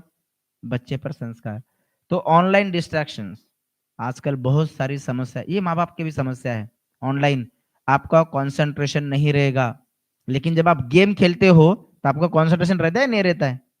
कितने लोग हैं जो पढ़ाई में उसका मन भटकता है। लेकिन यदि मैं बोलूं कि मैं आपको अभी एक मिकी एंड माउस का कोई गेम खेलने दूं तो आप कैसे फुल कॉन्सेंट्रेट, आपके no no no I can not concentrate on the game, कभी बोलते हो आप ऐसा? गेम खेलना है, मूवी देखना है, रील देखना है, आपका माइंड का कंसंट्रेशन कितना स्ट्रांग बन जाता है। फिर इमोशनल इंस्टेबिलिटी, माँ बाप जो होते हैं इमोशनली टूट जाते हैं कभी कभी, क्योंकि बच्चे वो नहीं करते हैं जैसा वो चाहते हैं। बच्चे कहेंगे मोबाइल को कम देखो, अपना स्क्रीन टाइम चेक करो, एक दिन में कितना घंटा रहा। कितने लोगों का स्क्रीन टाइम डेली 3 घंटे से नीचे है? अगर 3 घंटे से नीचे है आप, you are very lucky, you are blessed by God. पर जिसका स्क्रीन टाइम 3 घंटे से ऊपर है, आपको जैसे तंबाकू का शौक होता है ना, मोबाइल का शौक, इसको भी कुछ दिनों के बाद आपके वर्धा में यहाँ एडवर्टाइज लगेंगे, बच्चों का मोबाइल छुड़वाने के लिए हमसे संपर्क करें। वो दिन दूर नहीं, आज आप इसको मजाक समझ रहे हैं, लेकिन वो दिन भी दूर नहीं। बच्चों का व्हाट्सएप, बच्चों का फेसबुक छुड़वाने के लिए हमसे संपर्क करें, 3 दिन का कोर्स, 1 हफ्ते का कोर्स, हम लोग उसको ये दवाई देंगे। ये आएगा क्योंकि ये बीमारी है। फिर हिडन ब्राउ, हाँ, इसको कहते हैं रात लेट आउट्स। जैसे बच्चे, माँ बाप क्या करते हैं कुछ कुछ घरों में, 10 बजे के बाद वाईफाई बंद कर देते हैं। ये एक अच्छा संस्कार है, ताकि जितने भी बुरी बातें, यूट्यूब है, फेसबुक है, ये नाइट में एक बार आपने चालू की, रात के 12-1 बज जाएंगे, आपको पता ही नहीं चलेगा। तो हिडन वेबसाइट्स है, नाइट्स में वो वेबसाइट्स ज्यादा एक्टिव होते हैं। क्यों? क्योंकि ट्रैफिक कम है। तो पॉर्न वेबसाइट्स, गलत वेबसाइट, ये सब नाइट में एक्टिव है। इसलिए जितना हो सके 9:30 बज गया, मोबाइल को किनारे में फेंक दो, कटोरे में, उसको छूना ही नहीं है। Hidden websites. उसके बाद में आता है बिहेवियर। सोशल मीडिया में अगर लड़का बीमार है उतना फर्क नहीं पड़ेगा, लेकिन वो अगर डिजिटली बीमार है तो माँ बाप का और बच्चे के व्यवहार में एक जनरेशन गैप बन जाता है, बहुत बड़ा गैप बन जाता है। इसलिए फिर बच्चे क्या करते हैं, इरिटेशन है, एंगर है, जिसको हम लोग कहते हैं चिड़चिड़ापन, ये सब बातें उसके व्यवहार में, दोनों के, ये आपस में दोनों की इसमें आएगी। और लास्ट आता है जो अभी हमने कहा, ट्रस्ट गैप। फिर एक दूसरे को, बेटा पहले इनिशियली जब कोई भी काम करेगा तो अपने माँ बाप के साथ शेयर करेगा, लेकिन जैसे जैसे जहाँ कमजोरी है या कुछ गलत हो रहा है, फिर वो बातें शेयर नहीं करता। और माँ बाप भी क्या करते हैं, अपने बच्चों से इतना एक्सपेक्टेशन रखते हैं, इतना एक्सपेक्टेशन रखते हैं कि अगर वो एक्सपेक्टेशन पूरी नहीं हुई, जैसे कि जब 10वीं और 12वीं का रिजल्ट जब लगता है ना, तो आप नागपुर में जाके देखिए, फुटाला तालाब में कई बच्चे सुसाइड भी करते हैं। क्यों करते हैं? पहले के जमाने में फुटाला तालाब, अंबाझरी तालाब, इस पर पुलिस का पहरा नहीं रहता था, लेकिन आज जब 10वीं और 12वीं का रिजल्ट है तो उस दिन पहरा पुलिस लोगों का प्रोटेक्शन देना पड़ता है। क्यों? Digitally they are not so strong, ये अपने जीवन को संभालने का निर्णय ले सके। तो यहाँ पे हमने कुछ वो बातें दिखाई है कि क्रिएट इमोशनल क्लोजनेस, माना बच्चों के साथ नजदीक सा बढ़ाए, चाहे मन से, चाहे संकल्पों से, चाहे व्यवहार से। और पता है इसका सबसे आसान तरीका क्या है? घर में डिनर के लिए या लंच के लिए, मैं मेरे अनुभव से बोल रहा हूँ, हो सकता है आपके लिए लागू नहीं हो, बट मैं मेरे लिए बोल रहा हूँ, डाइनिंग टेबल खरीदे एक 1000 रुपए का, 500 का। ये वो जगह है जहां सब लोग मिलके इकट्ठा नाश्ता करते हैं। और जब सब लोग इकट्ठा मिलके होंगे ना, तो बातें चलेगी, टेबल टॉक चलेगा। वहां से आदमी अपने बेटों के साथ एक दोस्त बनना चालू हो जाता है। नहीं तो क्या होता है, बाप ने अलग खाना खाया, बेटे ने अलग खाना खाया, तो आपने परिवार के साथ क्वालिटी टाइम बिताया नहीं है। हो सके तो सवेरे का नाश्ता सब लोगों को इकट्ठा करना है। उससे क्या होगा? You will be much more close emotionally to your children, to your kids, to your parents. ये एक उसका द बेस्ट तरीका है। दूसरा जो इस विषय से संबंधित नहीं है, अपने घर में एक पेट पाले। पेट मतलब कुतरा, मांजर, गाय, जी का ये सेल, उसको पेट कहते हैं। वो इसमें नहीं आएगा, लेकिन वो घर में प्यार बढ़ाने का एक बहुत अच्छा आसान तरीका है। एनीवे, तो क्रिएट इमोशनल, उसके सॉल्यूशंस क्या है? बच्चों के साथ अपनी नजदीकियां बढ़ाए, उसके प्रॉब्लम्स को सुने, न कि सुनाए। बहुत बढ़िया एक शब्द है इंग्लिश में, कनेक्ट बिफोर यू करेक्ट। पहले कनेक्ट करो, don't give corrections, connect before you correct. तो कनेक्ट होने के लिए आपको उसके साथ रहना पड़ेगा। तो सवेरे का नाश्ता या तो लंच या तो डिनर, तीन में से एक चीज उनको प्रैक्टिस डाले, साथ में करना ही है। यहाँ मुंबई में बिरला नाम की एक फैमिली आपने सुनी होंगी, जो इंडस्ट्रियलिस्ट है। उनके घरों में 7:30 बज गए कि उसकी माँ एक टोकरी में सभी के मोबाइल ले लेती है 7:30 बजे, और लंच करते हैं वो लोग 2 घंटा टेबल पे बैठ के डिस्कशन, और 9:30 बजे हाँ भाई अपना मोबाइल अपने लेके जाओ। ये रूल है। कितनी अच्छी का 7:30 भैया, तुम टाटा बिरला है हमको नहीं पता, हमारे घर में आया है, साथ में खाना खाओ, अपना मोबाइल अपनी दुनियादारी बाहर रख के आओ। क्योंकि मेरा परिवार है, उसकी माँ ने बहुत अच्छे संस्कार। अभी वो आपसे तो ज्यादा बिजी होगा कि नहीं होगा? उसको अगर 32 कंपनी चलाना है तो आपसे कितना ज्यादा बिजी होगा। लेकिन फिर भी 7:30 बजे मोबाइल टोकरी में, 9:30 बजे तक टेबल पे डिस्कशन करेंगे, खाएंगे, चर्चा। ये बहुत अच्छा क्वालिटी टाइम है। आप लोग अपने बच्चों के साथ कितना क्वालिटी टाइम बिता रहे हैं? अपने माँ बाप के साथ। अपने माँ बाप को पैसा देना यही पालना नहीं है, अपने बच्चों को पैसा देना केवल यही संस्कार नहीं है। उसके विचारों को समझे, उसकी इच्छाओं को समझे, उसके साथ चाय पिए, उसके साथ नाश्ता करे, तभी तो उसकी आदतें, उसका चरित्र आपको पता चलेगा। उसके बाद में आता है 10 minutes no phone quality time. ये चाय के लिए था। जब हम चाय पे चर्चा करते ना, तो 10 मिनट जब साथ में चाय पीते, नो मोर फोन्स, हटा दो फोन्स। लास्ट में आता है अपने बच्चों के सबसे अच्छे दोस्त बने। कैसे बनना है ये आप मेरे से ज्यादा अच्छी तरह से जानते हो। उसके बाद में हाँ, आजकल बहुत ज्यादा फ्रॉड हो रहे, साइबर सिक्योरिटी। बैंक में से मेरे पैसे गए, मुझे फेक कॉल आया, मैंने ओटीपी दबाया, उसको पिन दी, है ना? हर एक के साथ होता है कि नहीं? हम इलेक्शंस वाले हैं, आपका सर्वे कर रहे हैं, आपको कॉल आएगा और आप लोग, ये बहुत ज्यादा फ्रॉड हो रहा है। मुझे लगता है यहाँ पे भी मुझे वर्धा से एक बार किसी ने शेयर किया था, उसके 600 रुपए ऐसे ही गए थे। पैसा 1 हो या 10 हो, जो आज 1 रुपया चुरा सकता है, वो आपके करोड़ रुपए भी चुरा सकता है। तो साइबर सिक्योरिटी ये आता है डिजिटल वेलबींग में। अगर आप डिजिटली स्ट्रांग नहीं है, यदि आपको मोबाइल के बारे में ज्यादा जानकारी नहीं है, तो बच्चों के साथ रह के सीखे, व्हाट्सएप कैसे चलाते हैं, फेसबुक में क्या नहीं डालना है, कैसे डालना है, ये सब सीखे। भले उसको यूज नहीं करे, लेकिन डिजिटल फ्रॉड या साइबर सिक्योरिटी में स्ट्रांग बनने के लिए ये चीजें आपको, बेसिक बातें हैं, ये आपको पता होना चाहिए कि ओटीपी नहीं देना है, फोटो पर्सनल शेयर नहीं करना है। पहले के जमाने में क्या था, खाना और सोना पर्दा नशीन था, है ना? कहते थे किसी की नजर लग जाएगी। लेकिन आजकल क्या हो रहा है, खाना और सोना ये दोनों फेसबुक पे, सोशल मीडिया पे हम लोग ओपन कर रहे हैं, तो उसको नज़र लगेगी या नहीं लगेगी? पहले की मम्मी बोलती थी खाना खाते समय बात नहीं करना चाहिए, सोते समय तुम किसी को दिखना नहीं चाहिए, ये पर्दा नशीन रखो, क्योंकि इसको हमने पर्सनल चीजें माना था। लेकिन आज ये पर्सनल रही है क्या? Enjoying tea with X Y Z social media पे, मैं खाना खा रहा हूँ सोशल मीडिया पे, आज मैंने दही बड़ा खाया सोशल मीडिया, यही तो हो रहा है। एंजॉइंग गुलाब जामुन विद अविनाश भाई सोशल मीडिया पे पोस्ट डाले, मेरा स्टेटस डाला है, यही तो हो रहा है सोशल मीडिया पे। अरे तुझे खाना है तू खा, पूरे दुनिया के मुंह में पानी क्यों ला रहा है भाई? और आपको लगता है वो खुश होते हैं? ये साला गुलाब जामुन कैसे खा सकता है मुझे छोड़ के? वो आपको नेगेटिव एनर्जी ही देंगे। बी वेरी केयरफुल, आपकी फोटो कौन कहाँ कैसे यूज करेगा, नोबडी नो। और आजकल तो एआई भी निकला है, हम लोग यहाँ डिजिटल में फंसे, लोगों ने एआई निकाला है। एआई में मैंने कभी वीडियो देखा था, उसके माँ बाप मर गए हैं, उसके बावजूद उसने ऐसा वीडियो बनाया, वो देखो शादी में उसके माँ बाप आए, उस स्वर्ग से उतर के उसका बाप आया है, फिर शादी में वो सब कुछ उसने बनाया है।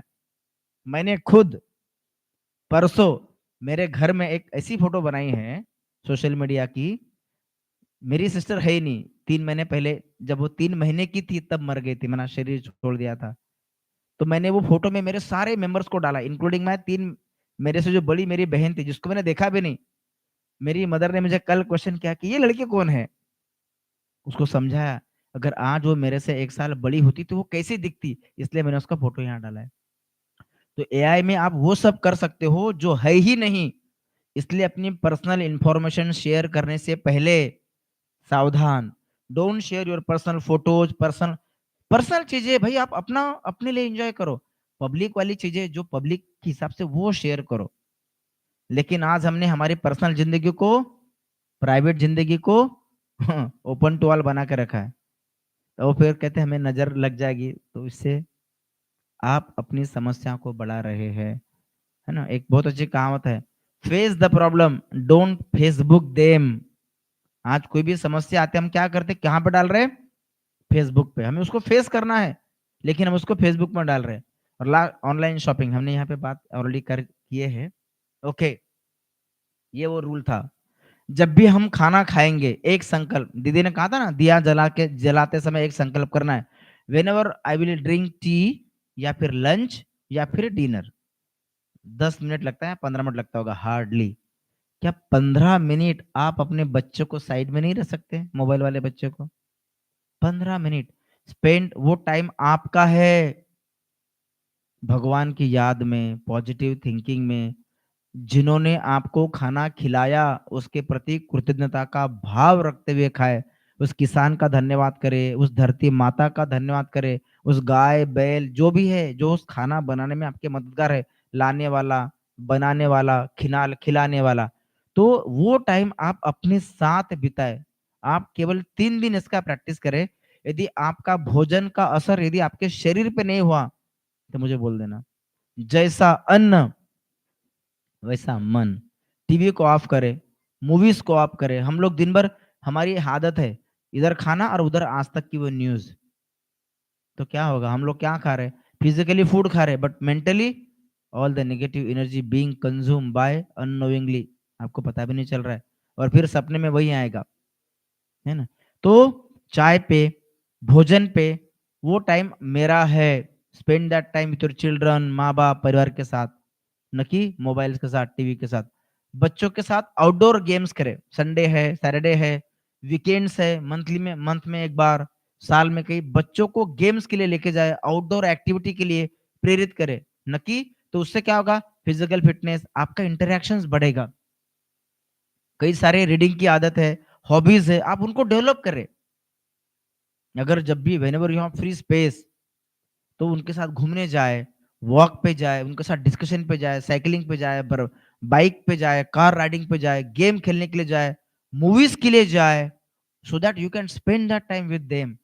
Be the best friend of your own children. ये अच्छी चीजें हैं। उसके बाद में है वीकली रिव्यू, है ना। रिव्यू करना बहुत, इस हफ्ते में मैंने स्क्रीन टाइम कितना किया, इस हफ्ते में मुझसे कोई फ्रॉड काम हुआ क्या, इस हफ्ते में मैं डिजिटली कितना एडिक्ट रहा, इसका हफ्ते में एक बार रिव्यू होना बहुत जरूरी है। क्योंकि चेक करोगे तभी तो चेंज होगा। अगर चाहे बच्चों का हो या खुद का, मैं दोनों को कॉमन बोल रहा हूँ, है ना। करना पड़ेगा, बगैर मेहनत के कुछ भी नहीं मिलता। कभी आपका ऊपर नीचे हो जाएगा, आप नाराज हो जाओगे, दिल टूट जाएगा, ये सब बातें आएगी, है ना। टूटने लगे जब हौसला तो ये याद रखना कि बिगर बगैर मेहनत के तक तो ताज नहीं मिलते, और ढूंढ ही लेते हैं अंधेरों में मंजिल अपनी, जुगनू कभी रोशनी के मोहताज नहीं बनते, है ना। वो है उनके पास उजाला, अपना उजाला पता प्रदर्शित, लेकिन कब? रिव्यू, चेक एंड चेंज जहां आवश्यकता है। उसके बाद में डिसिप्लिन, यहाँ डिसिप्लिन का डी छोटा है, वो बड़ा होना चाहिए। डिसिप्लिन माना क्या है? मैं आपको एक छोटा सा उदाहरण देता हूँ। हिंदू संस्कृति में बहुत अच्छा संस्कार लिखा गया है। गोस्वामी तुलसीदास जी रामायण में लिखते हैं, कितने लोग प्रभु श्री राम को मानते हैं? मैं यहाँ धर्म या ईसा इस पर मैंने टीका या कुछ नहीं, मैं जस्ट जनरल बोल रहा हूँ।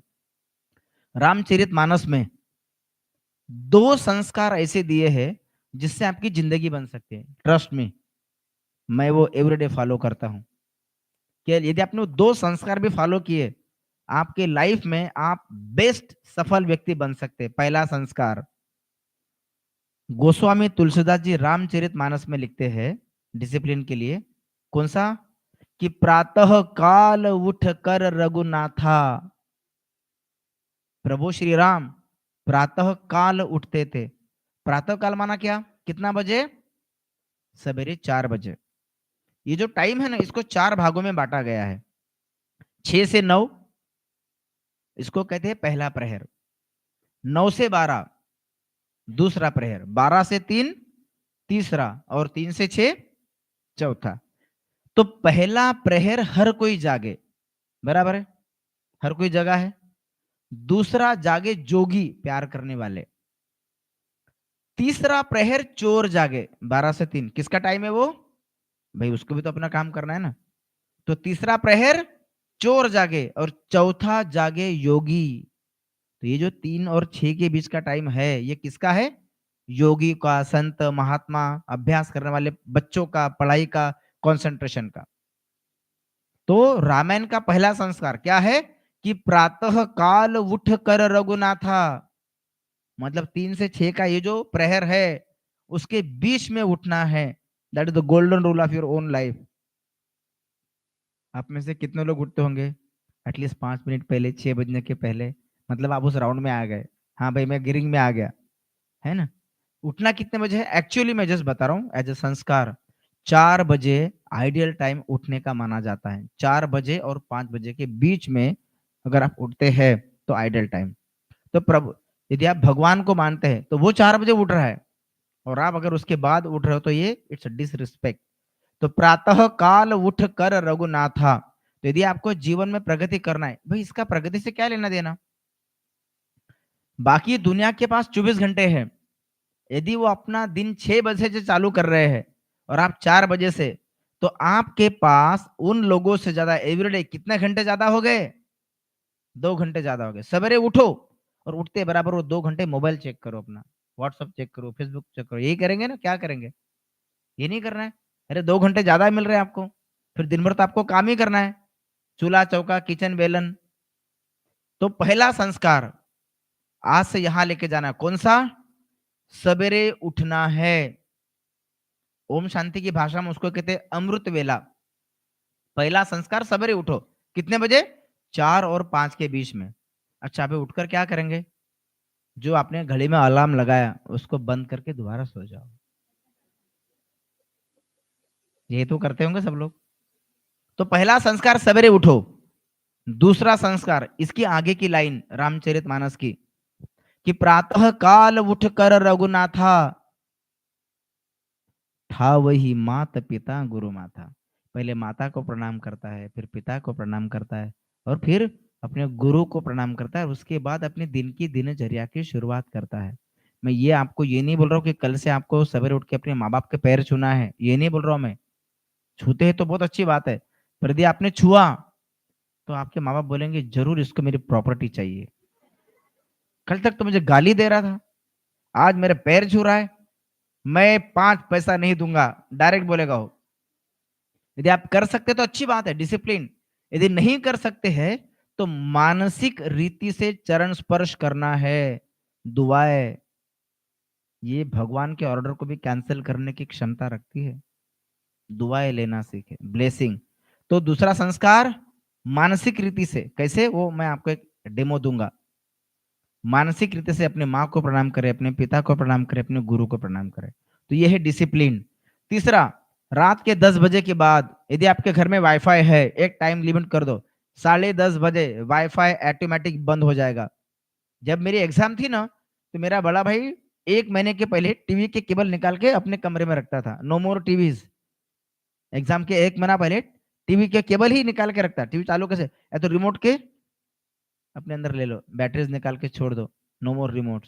आज वाईफाई, यदि इंटरनेट ही नहीं चलेगा घर में, तो डिजिटल डिटॉक्सिफिकेशन रहेगा क्या?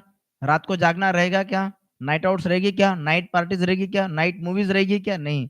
जितनी भी ये 10 बजे ऑनवर्ड्स वाली बातें हैं, ये आपको हमेशा परेशान करेगी।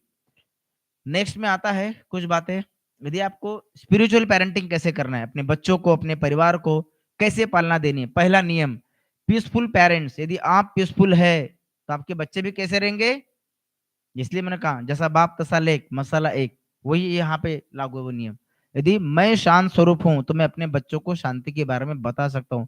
I can create that vibe. यदि मैं खुद सिगरेट पी रहा हूँ और बच्चे को कहूंगा तुम सिगरेट नहीं पियो, यदि मेरे हाथ में खुद मोबाइल है और बच्चे को कहूंगा you don't check the reels, तो वो सुनने वाला नहीं है। Be peaceful. ब्रह्मा कुमारी का ये सबसे बड़ा पावरफुल मंत्र क्या है? हर घंटे में एक बार, मैं शांत स्वरूप, सफल स्वरूप आत्मा हूं। मैं कैसे हूं? शांत भी हूं और सफल भी हूं। तो हर घंटे में एक बार प्रैक्टिस साइलेंस। नेक्स्ट है, हाँ, 1 मिनट, हर घंटे में एक बार क्या करना है आपको? शांत और सफलता का, एक्चुअली वो शक्ति है उसमें, मैं शांत स्वरूप, शक्ति स्वरूप और सफल आत्मा हूं। तो जहां सफलता होगी तो अपने बच्चों को आप पीस दोगे, जहां अपने बच्चों को शक्ति चाहिए आप अपने बच्चों को शक्ति दे सकोगे। और सफलता हर किसी को चाहिए। मैं अपने बच्चों की परवरिश में सफल हूँ, मैं अपने परिवार की परवरिश में सफल हूँ, मैं अपने परिवार को पालना देने में, संस्कार देने में सफल हूँ। हर घंटे में केवल एक बार, इसको कहते हैं अफर्मेशन, पॉजिटिव थिंकिंग। केवल एक बार सोचना है। सोचने से क्या होगा? जैसा सोचोगे वैसा बनोगे। This is called law of attraction. मैं उसका भी एक आपके सामने 15 मिनट के बाद एक डेमो दूंगा। एफएफटी, ये थोड़ा बड़ा विषय है लेकिन ये बहुत जरूरी है अपने बच्चों को पालना देने के लिए। एफएफटी माना फॉरगिव, माफ करना सीखे। दूसरा फॉरगेट, यदि आपने किसी को माफ किया है तो उसको भूल जाओ। न कि हम लोग क्या कहते हैं, झगड़ा होता है तो पिछले साल तुमने गलती की थी और मैंने तुझे माफ किया था, ये उसको बार बार याद दिलाते हैं। एक क्षमा भाव, क्षमा वीरस्य भूषणम। तो अपने बच्चों को, अपने परिवार को माफ करना सीखे। क्यों माफ करना है? क्यों माफ करना है? शांति से जीने के 2 तरीके हैं। शांति से जीने के 2 तरीके हैं। माफ कर दो उनको जिनको आप भूल नहीं सकते। आप अपने बेटे को, बेटी को, माँ बाप को भूल सकते हो क्या? तो उनकी हर गलती माफ कर दो। अपने भाइयों को भूल सकते हो क्या? तो फिर प्रॉपर्टी के कारण झगड़ा क्यों कर रहे हो? बड़े नाजुक होते ये खून के रिश्ते, इन्हें तू शर्मसार ना कर, चाहे तो मेरा हिस्सा भी तू ले ले भाई, घर के आंगन में दीवार ना कर। लेकिन यही तो हो रहा है आज। माफ करना सीखे। तो शांति से जीने के 2 तरीके हैं। माफ कर दो उनको जिनको आप भूल नहीं सकते, भूल जाओ उनको जिनको आप माफ नहीं कर सकते।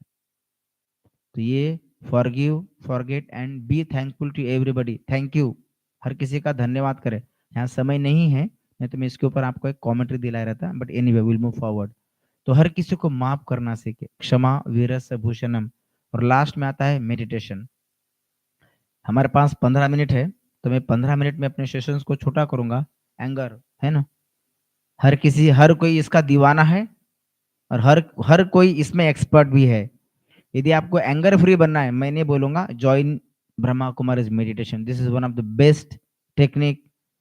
यदि आपको अपना गुस्सा छुड़ाना है, यदि आपको लाइफ टाइम पीसफुल बनना है, ब्रह्मा कुमारी संस्था आपको 2 मिनट के लिए पार्ट टाइम पीसफुल नहीं बनाती। They are cultivating the culture of peace. आपके लाइफस्टाइल को पीसफुल बना रही है। ये कोई क्रैश कोर्स नहीं कि 7 दिन तक आपको शांति लगेगी, नहीं। दीदी कोई पार्ट टाइम दीदी नहीं है, ये फुल टाइम दीदी है। तो इनका जो पीस का कल्चर है, ये फुल टाइम पीस का कल्चर है। तो ये आपको आपके गुस्से को छुड़ाने में बहुत बहुत बहुत ज्यादा मदद करेगा, क्योंकि यदि आप गुस्सा करोगे तो बच्चे भी क्या होंगे, रिएक्ट करेंगे। यहाँ हम इस सेशन को थोड़ा छोटा, हाँ, ये लास्ट पेरेंट्स के लिए ये स्पेशल हमने बनाया था। यदि आप अपने बच्चों को सफल बच्चा बनाना चाहते हैं, इसमें से कुछ चीजें आपको स्वीकार करना है। पहली है पावर ऑफ विड्रॉ। आपने जो फैलाव बना करके रखा है, विस्तार, उसको समेटना सीखे, चाहे अपनी इच्छाओं का, चाहे अपने विचारों का, चाहे व्यक्तियों का, चाहे वस्तुओं का। यदि आपको सफल पिता बनना है तो ये गुण आप में होना बहुत जरूरी। विथ ड्रॉ, कछुए कछुए का इसमें ब्रह्मा कुमार में उदाहरण दिया जाता है। कछुआ क्या करता है, काम करेगा, हाथ पैर बाहर, काम खत्म, हाथ पैर फिर से अंदर। हमने इतना वैचारिक कचरा फैला के रखा है, over thinking, negative thinking, stress, anger और फिर बीमारियां। जहां जरूरत है वही हमारे संकल्प शक्ति को यूज करना सीखे।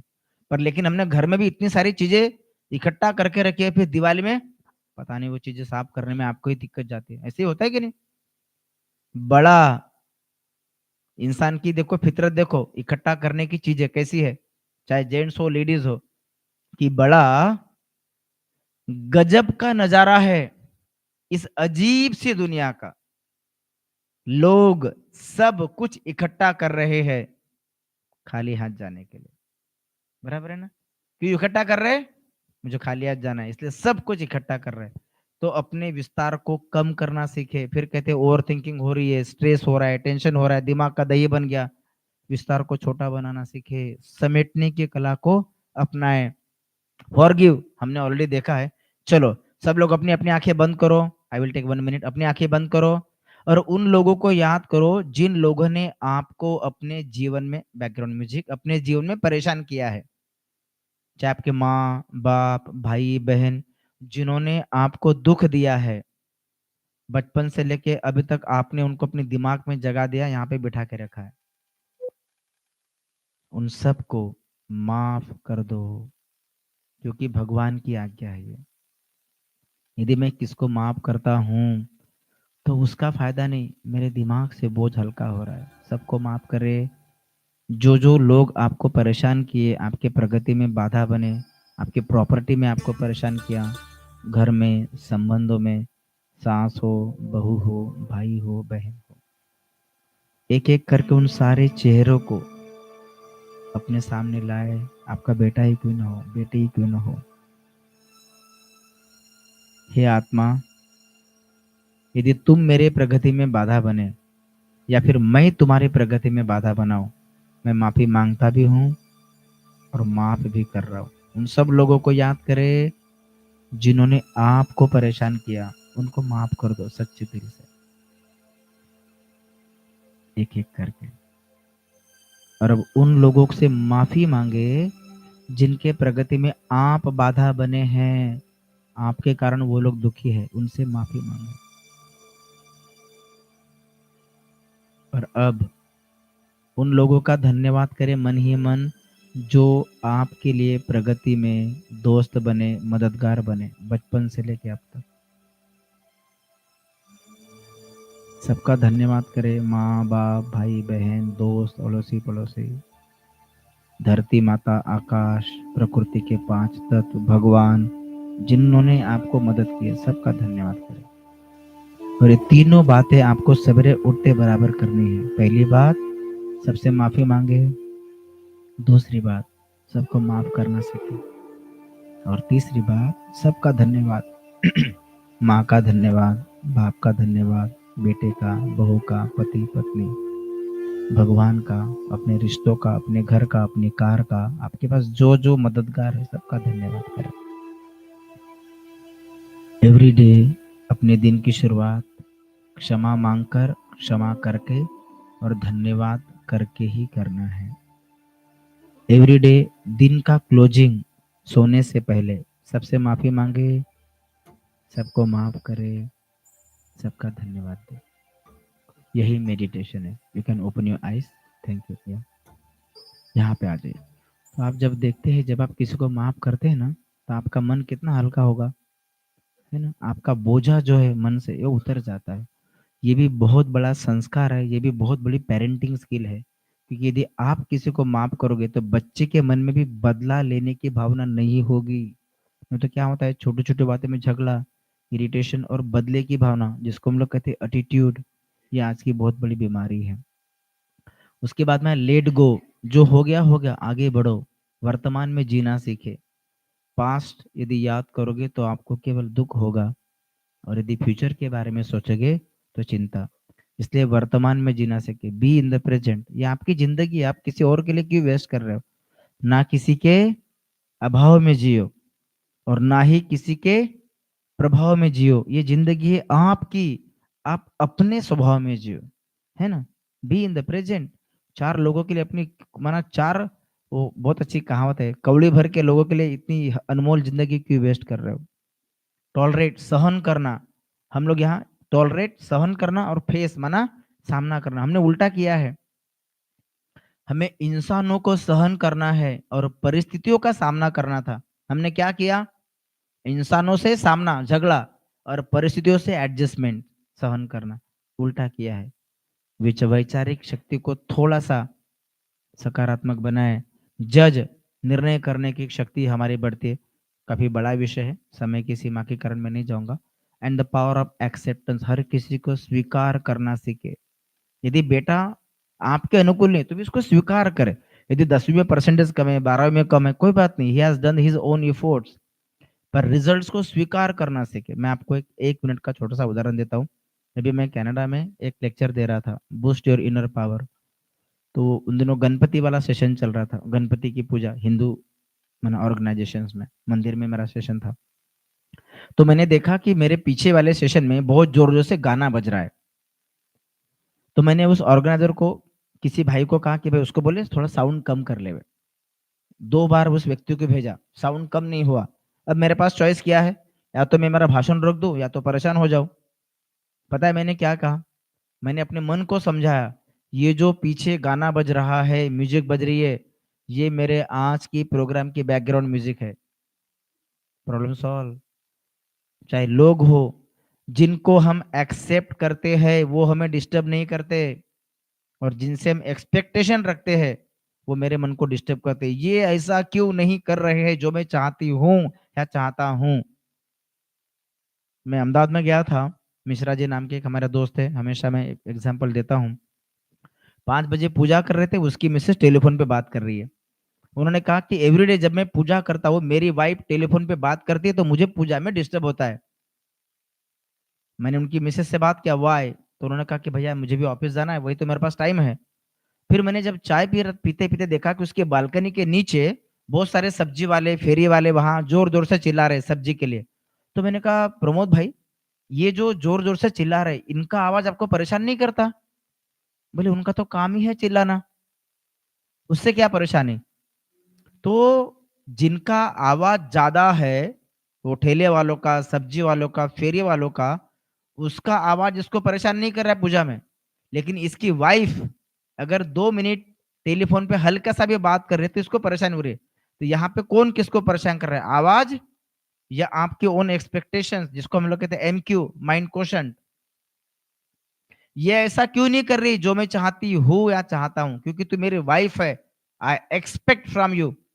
और ठेले वालों पे मेरा कंट्रोल नहीं है। तो मैंने क्या किया, उसको स्वीकार किया। परिस्थितियों को स्वीकार जब करते हैं ना, तो मन डिस्टर्ब नहीं रहता। चाहे बेटा हो, बेटी हो, सास हो, बहू हो, आप उनको चेंज नहीं कर सकते, भगवान ने उनको वैसे ही बना करके भेजा है। स्वीकार करना सीखे उन चीजों को, लोगों को, जिनको आप चेंज नहीं कर सकते। यहाँ पे मैं एक छोटा सा उदाहरण के साथ, है ना, ये है। अब ये बताओ, ये 9 है या 6 है? 9 है या 6 है? दीदी ये क्या है, 9 है या 6 है? 6 भी है, 9 भी है, दोनों है। तो अभी इसने कहा 6, इसने कहा 9, कौन सही है? पक्का? आज घर में जाना और अपने किचन की दीवारों पे ये शब्द लिखना, क्या? दोनों बराबर है। क्या लिखना है आपको? घर में झगड़ा होगा, बेटा पिता, बेटी माँ बाप जो भी है, कौन है, खाली देखने का नजरिया थोड़ा सा अलग है। एक दूसरे के विचारों को सम्मान देना सीखे।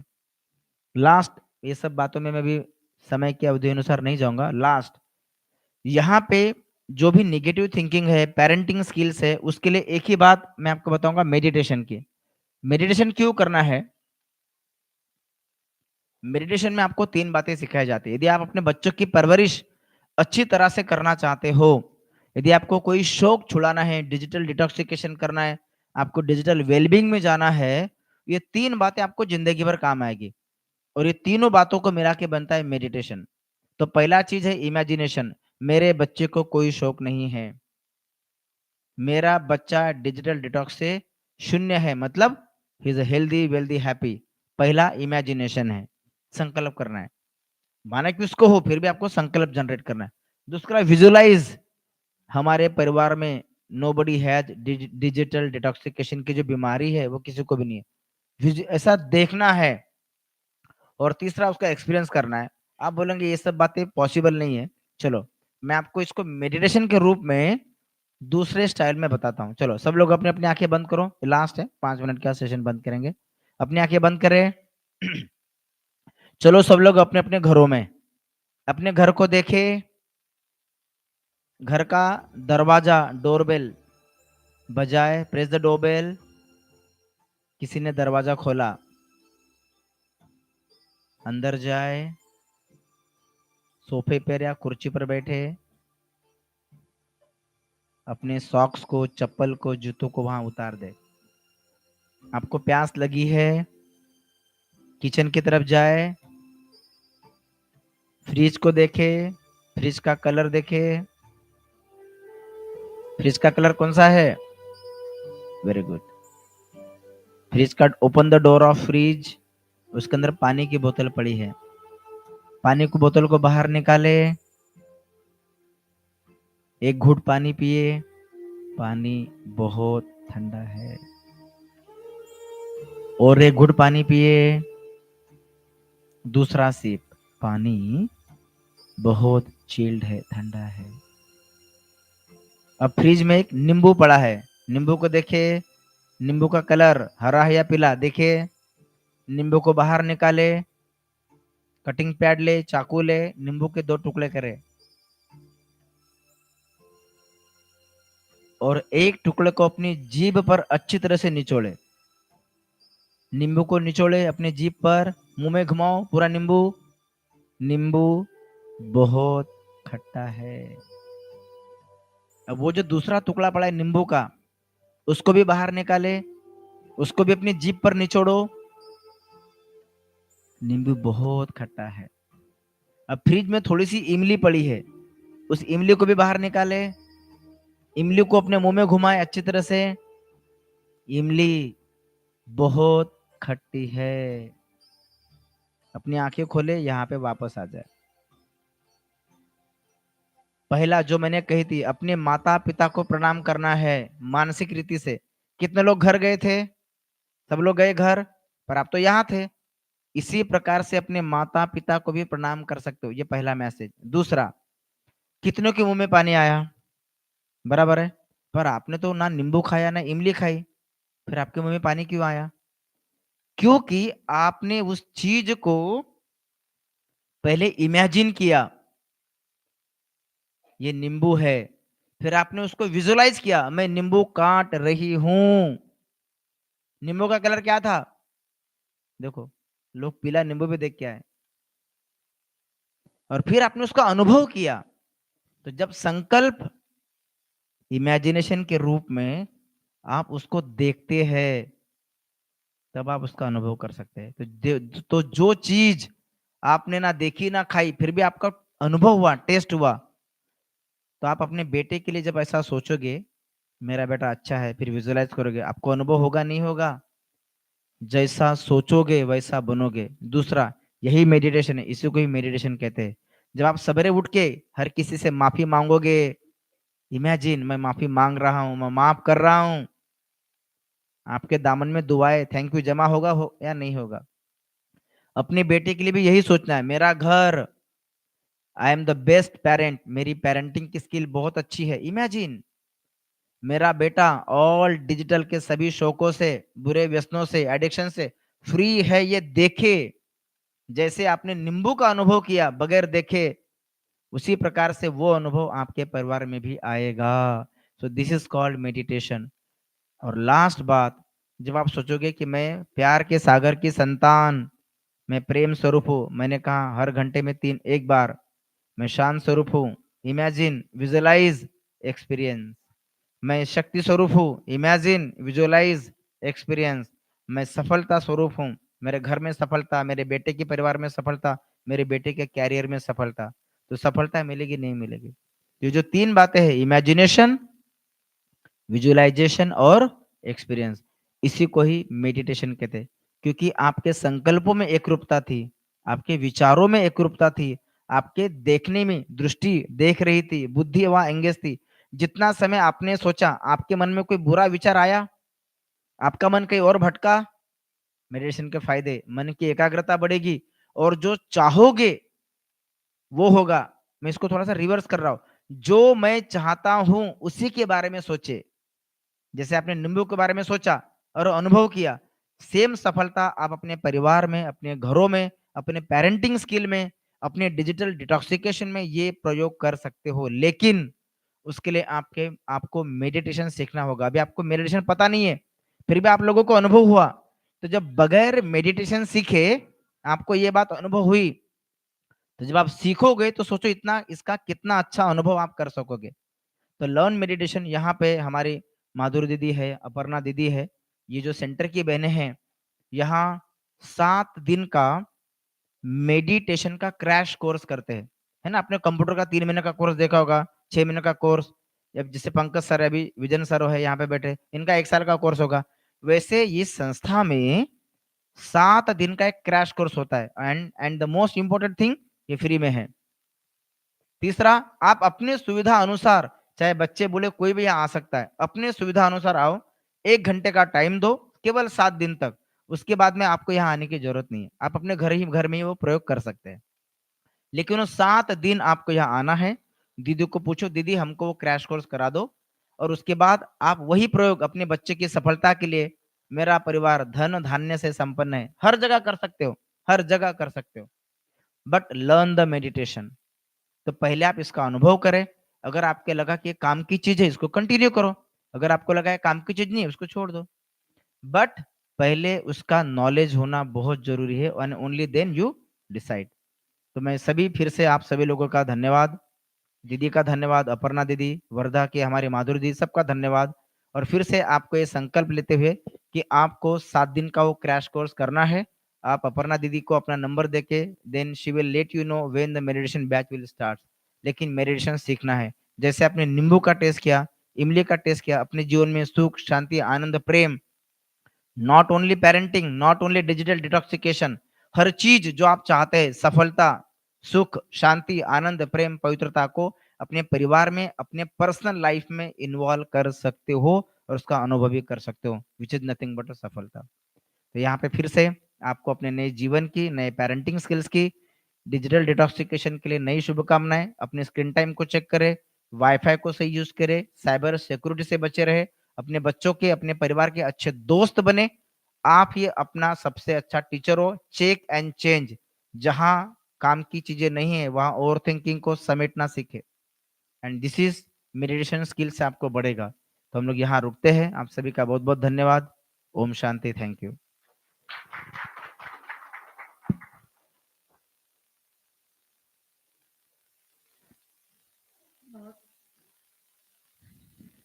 बहुत बहुत धन्यवाद शिवलाल भाई जी।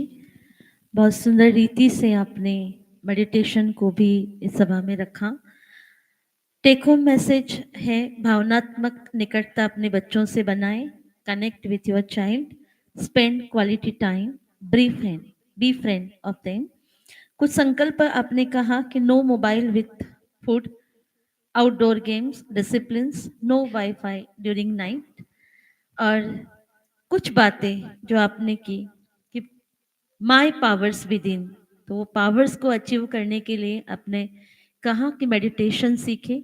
हम आपसे कहेंगे ज़रूर मेडिटेशन सीखें। और मेडिटेशन से अपने जीवन में, अपने बच्चों के जीवन में सफलता पाएँ, पीसफुल अनुभव करें, लव अनुभव करें, ब्लिस अनुभव करें और सुख संपन्न जीवन हम अपना ज्ञापन करें। इसी के साथ अब मैं निवेदन करती हूँ, आशीष सर आप धन्यवाद, आभार प्रकट करेंगे। उसके पूर्ण जो विजन ग्रुप आया है, आपसे अनुरोध है आप मंच की तरफ आएंगे और एक विजन ग्रुप की तरफ से एक टोकन ऑफ लव, एक स्मृति चिन्ह भेंट करेंगे, सम्मान चिन्ह भेंट करेंगे आदरणीय शिवलाल भाई जी से, और दीदी जी से भी अनुरोध करती हूँ मंच पर आए।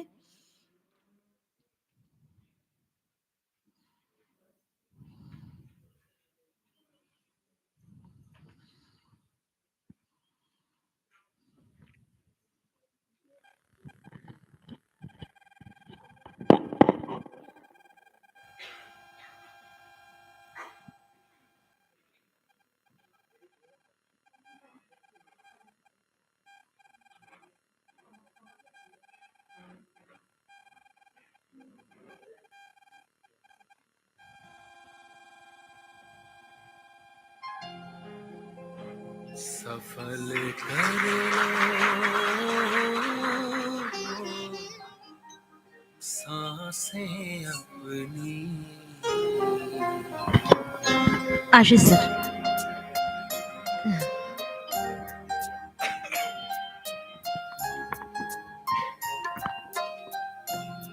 धन्यवाद दीदी। प्रथमतः आजचा हा जो कार्यक्रम आयोजित झालेला होता विजन ग्रुप ऑफ इन्स्टिट्यूट तर्फे आणि ज्या स्थळावरती आयोजित झाला ती खरंच ईश्वरी अशी वास्तू आहे अशी मला अनुभूती झाली आणि मला असं वाटतं की प्रत्येकच पॅरेंट्सला असं वाटत असेल की अशी जागा प्रत्येकाला अनुभवता यावी। आजच्या कार्यक्रमासाठी ज्यांनी अध्यक्षीय स्थान भूषवलं असे शिवलाल कावळे सर, जे कॅनडावरनं आपल्याला इथे उपलब्ध झाले, ज्यांना ऐकण्यासाठी आपण सगळेजण उत्सुक होतो। असं राहतं की आपण बरेचसे जण ऑलरेडी शिकलेले आहोत, आपल्याला सगळंच माहिती आहे असं प्रत्येकाला वाटतं। मला देखील असं वाटतं की मला सगळंच कळतं, मला सगळंच माहिती आहे। तोपर्यंतच जोपर्यंत या शहाण्याला दीड शहाणा मिळत नाही, असं सगळ्यांसोबतच होतं। सोबतच या ईश्वरीय वास्तूच्या संचालिका माधुरी दीदी आणि आमच्या सगळ्यांच्या प्रिय अपर्णा दीदी यांनी आम्हाला कार्यक्रम इथे आयोजित करण्यासाठी खूप सहकार्य केलं, खूप मदत केली। मला असं वाटतं की येणाऱ्या काळामध्ये असेच त्यांचा आशीर्वाद आमच्या पाठीशी राहील असा मला विश्वास आहे। आज ज्या पद्धतीने आपण शिकलो की पॅरेंटिंग कशी असावी, शिक्षक म्हणून आम्हाला खूप साऱ्या गोष्टींना फेस करावं लागतं। खूप सारे पॅरेंट्स येतात, मी असे देखील पॅरेंट्स हँडल केलेले आहे की जे येऊन मला सांगतात, सर प्लीज कॅबिनचा दरवाजा बंद करा, काहीतरी बोलायचं आहे। त्यानंतर सांगतात की आज माझ्या मुलाने माझ्या अंगावरती हात उगारला सर।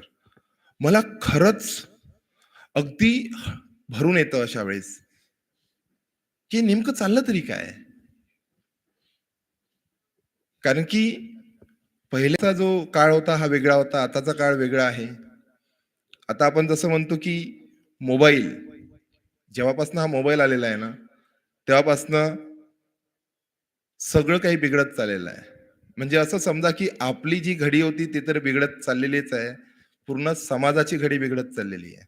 आणि त्यामुळे अशा कार्यक्रमाची रूपरेषा आखणं खरंच महत्वाचं आहे। आम्हाला हे लक्षात आलं होतं। आम्हाला असं वाटतं की विजन ग्रुप ऑफ इन्स्टिट्यूट हे फक्त अकॅडमिक साठी नसावं। आम्ही नेहमी प्रयत्न करत असतो की फक्त मुलांना शिकवायचं नाही, त्यांना घडवायचं. हा खरंच शिक्षणाचा खरा संबंध हा मुलांना शिकवण्यासाठी नसतोच, मला असं वाटतं. आपण त्यांना घडवायला पाहिजे. आणि आमचा प्रयत्न नेहमीच असा असतो, की आपण मुलांना कशा पद्धतीने घडवू आणि त्याचाच हा एक पहिला मुहूर्तमेढ असावी, असं आम्हाला तरी वाटतंय. आजच्या या कार्यक्रमासाठी जे सगळे योग जुळून आले, ते खरंच अलौकिक आहेत असं मला वाटतं. आणि सगळ्यात महत्त्वाचं म्हणजे मला इथे येण्यासाठी कुठली तरी अशी ईश्वरीय शक्ती असेल, की ज्यामुळे मी इथपर्यंत पोहोचलो. बऱ्याचदा असं होतं, की आपल्याला कुठेतरी जायचं असतं, तिथे जाऊ शकत नाही. तिथे जाणं हेच मुळात महत्त्वाचं असतं. तिथे गेलं, की आपण त्याचा एक घटक बनतो. त्याचा कुठला ना कुठला परिणाम आपल्यावरती होतच असतो. जसं सरांनी सांगितलं, की मेडिटेशन फार महत्त्वाचं आहे. एक छोटासा डेमो त्यांनी दिला आपल्याला, की कशा पद्धतीने आपण घरी गेलो आणि लिंबू चाखून देखील आलो. कुणाला कानोकान कळलेलं नाही. ती अनुभूती केली आपण. जसं वारंवार आपल्या लक्षात आलं, की हे करायला पाहिजे आपण. बऱ्याच आयुष्यात खूप सारं करायचं असतं आपल्याला. मला हे करायचं आहे, मला ते करायचं आहे, माझं घर व्हायचं आहे, माझं हे व्हायचं आहे, माझं ते व्हायचं आहे. सगळंच व्हायचं आहे. अरे करणार कोणासाठी? मुलांसाठी ना. मग मुलांसाठी सगळ्यात पहिले हे करायला पाहिजे असं मला वाटतं. असं माझं प्रामाणिक मत आहे आणि मला असं वाटतं मी देखील त्याचाच एक भाग आहे. सगळ्यात पहिले मला करायला पाहिजे. जोपर्यंत मी करणार नाही ना, तोपर्यंत ते सगळं घडून येणार नाही. मी नेहमी मुलांना एक छोटीशी गोष्ट सांगत असतो. म्हणजे माननीय सरांची अनुमती घेतो मी, की मला 2 मिनिटं आणखी बोलायला द्यावे. एक व्यक्ती होता, सो कॉल्ड सॉफिस्टिकेटेड. खूप छान इंडस्ट्रियलिस्ट होता. कुठेतरी जायचं असेल, एका गावामधनं जात होता. अचानक गाडीला ब्रेकडाऊन झालं. आता गाडीमध्ये ब्रेकडाऊन झाल्यानंतर तिथे त्याला थांबायला लागलं असतं. बाजूलाच एक गाव होतं, त्या गावामध्ये गेला. गावातल्या लोकांनी साहजिकच विचारपूस केली, की "अहो काय झालं?" ते म्हणाले, की "असं-असं झालंय माझ्यासोबत." ते म्हणाले, की "काळजी करू नका. आम्ही सगळे तुमच्या पाठीशी उभा आहोत." एक व्यक्ती घरी घेऊन गेला. मोडकं-तोडकं घर होतं. काही फारसं नाही. मोडकं-तोडकं घर होतं तरी देखील तो म्हणाला, की "या बसा." हवं नको ते काय सगळं काही विचारलं. पाणी दिलं प्यायसाठी. ते म्हणाले, की "चहा वगैरे टाकू का?" ते म्हणाले, "नाही, चहा वगैरे नाही घेणार." कारण की एक असतो ना आपल्यामध्ये इगो, जो आपल्याला माणूसमधून जगूच देत नाही. काहीतरी वेगळं, काहीतरी वेगळं. I am something different, I am something different. नेहमी हा आपला जो एक एक एक फॅक्टर असतो ना, तो कुठेतरी बाहेर येत असतो. हो, त्याचा देखील आला. कॉमन आहे, येणारच. परंतु ते सगळं केलं त्या गावातल्या लोकांनी. काही एक अपेक्षा नव्हती त्यांची, की याने असं करायला पाहिजे, तसं करायला पाहिजे किंवा आम्हाला काही मदत करायला पाहिजे, की एवढ्या मोठ्या व्यक्तीची जर आपण मदत करतो आहे, तर हा पुढे जाऊन आपली मदत करेल. काही एक नव्हतं त्यामध्ये. आता परिस्थिती उलटी आहे. एक गावातला माणूस शहरामध्ये गेला. जसं सरांनी सांगितलं ना, बाहेर पाटी असते. कुत्र्यापासनं सावधान. त्याला काही कळलं नाही. त्याला असं वाटलं, की हे माझ्यासाठी नक्कीच नाहीये. कारण की त्याला थोडी माहिती होतं, की शहरामध्ये काय असतं? हे त्याला माहिती नव्हतं. आतमध्ये गेला. त्याला अगदी उन्हामुळे कसं तरी वाटलं. एक व्यक्ती खूप सॉफिस्टिकेटेड घराबाहेर आला आणि म्हणाला, "get out of my house." विचारलं देखील नाही, की काय झालेलं आहे. मी मुलांना विचारतो, की दोघांपैकी तुम्हाला बनायला काय आवडेल? मुलं म्हणतात, "तो गावातला व्यक्ती." म्हणजे अजूनही आपण आहोत, माणूस म्हणून आहोत. फक्त या गोष्टीचं अवडंबर आपल्यावरती कसं होणार नाही, त्याचीच काळजी घेणं आहे आपल्याला.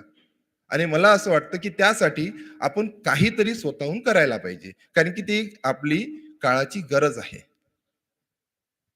असो, आज आपण एवढ्या मोठ्या संख्येने इथे आलात आणि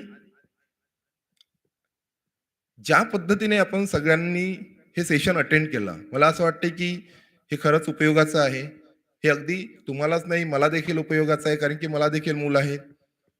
मला असं वाटतं, की माझ्या मुलाने माझ्या हातात मोबाईल असेल, तर माझा मुलगा देखील मोबाईल पाहील. मी मुलांनाच असं सांगतो, की पुस्तकाचं वाचन करावं. ते मला जास्त अपेक्षित आहे. मी जर पुस्तकाचं वाचन करत असेल, घरी गेल्यानंतर जर माझ्या हातामध्ये एखादी नॉव्हेल असेल, एखादी कादंबरी असेल किंवा एखादे पुस्तक असेल, तर होऊ शकतं माझा मुलगा प्रवृत्त होईल. तो त्याच्या मोबाईलपासून परावृत्त होईल आणि तो देखील पुस्तक वाचेल. असो, आपण एवढ्या मोठ्या संख्येने इथे आलात. खूप अगदी गदगद झालं, खूप भरून आलं. असं वाटलं की आपण एक vision group of institute J establish केलं होतं ना, त्याचं सार्थक व्हायला लागेल किंवा व्हायला लागलेलं आहे. येणाऱ्या काळामध्ये आपला असाच आशीर्वाद आमच्या पाठीशी राहील आणि असेच वेगवेगळे उपक्रम आम्ही राबवत राहू आणि प्रत्येक वेळेस जो उपक्रम राहील त्यामध्ये तुम्ही असाच हिरिरीने सहभाग घ्याल अशी अपेक्षा बाळगतो. इथे उपस्थित जे मान्यवर आहेत त्यांचे पुन्हा एकदा आभार मानतो. या कार्यक्रमाला या एवढ्या मोठ्या उंचीवरती नेण्यासाठी ज्या शक्तींनी आम्हाला मदत केली त्या सर्वांचे मी आभार मानतो. आणि माननीय कावळे सर जे आहे, जे आपल्या आजच्या कार्यक्रमाचे अध्यक्ष देखील आहे, त्यांच्या अनुमतीने हा कार्यक्रम इथे संपला असे जाहीर करतो. एक हर्षल सरांना इथे 2 शब्द बोलण्यासाठी मी आमंत्रित करतो. कृपया यावे सर.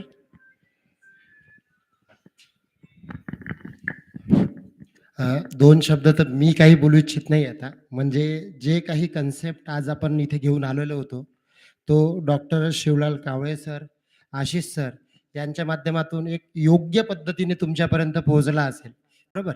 आता माझं जे एक सेकंड काम असं आहे, जसं पॅरेंटिंग इथे झालेलं आहे, म्हणजे मी माझ्या डोक्यात हे गोष्ट ठेवून चालतो आहे की त्याचाच इफेक्ट माझ्या स्टुडंटवर मला कसा काय देता येईल.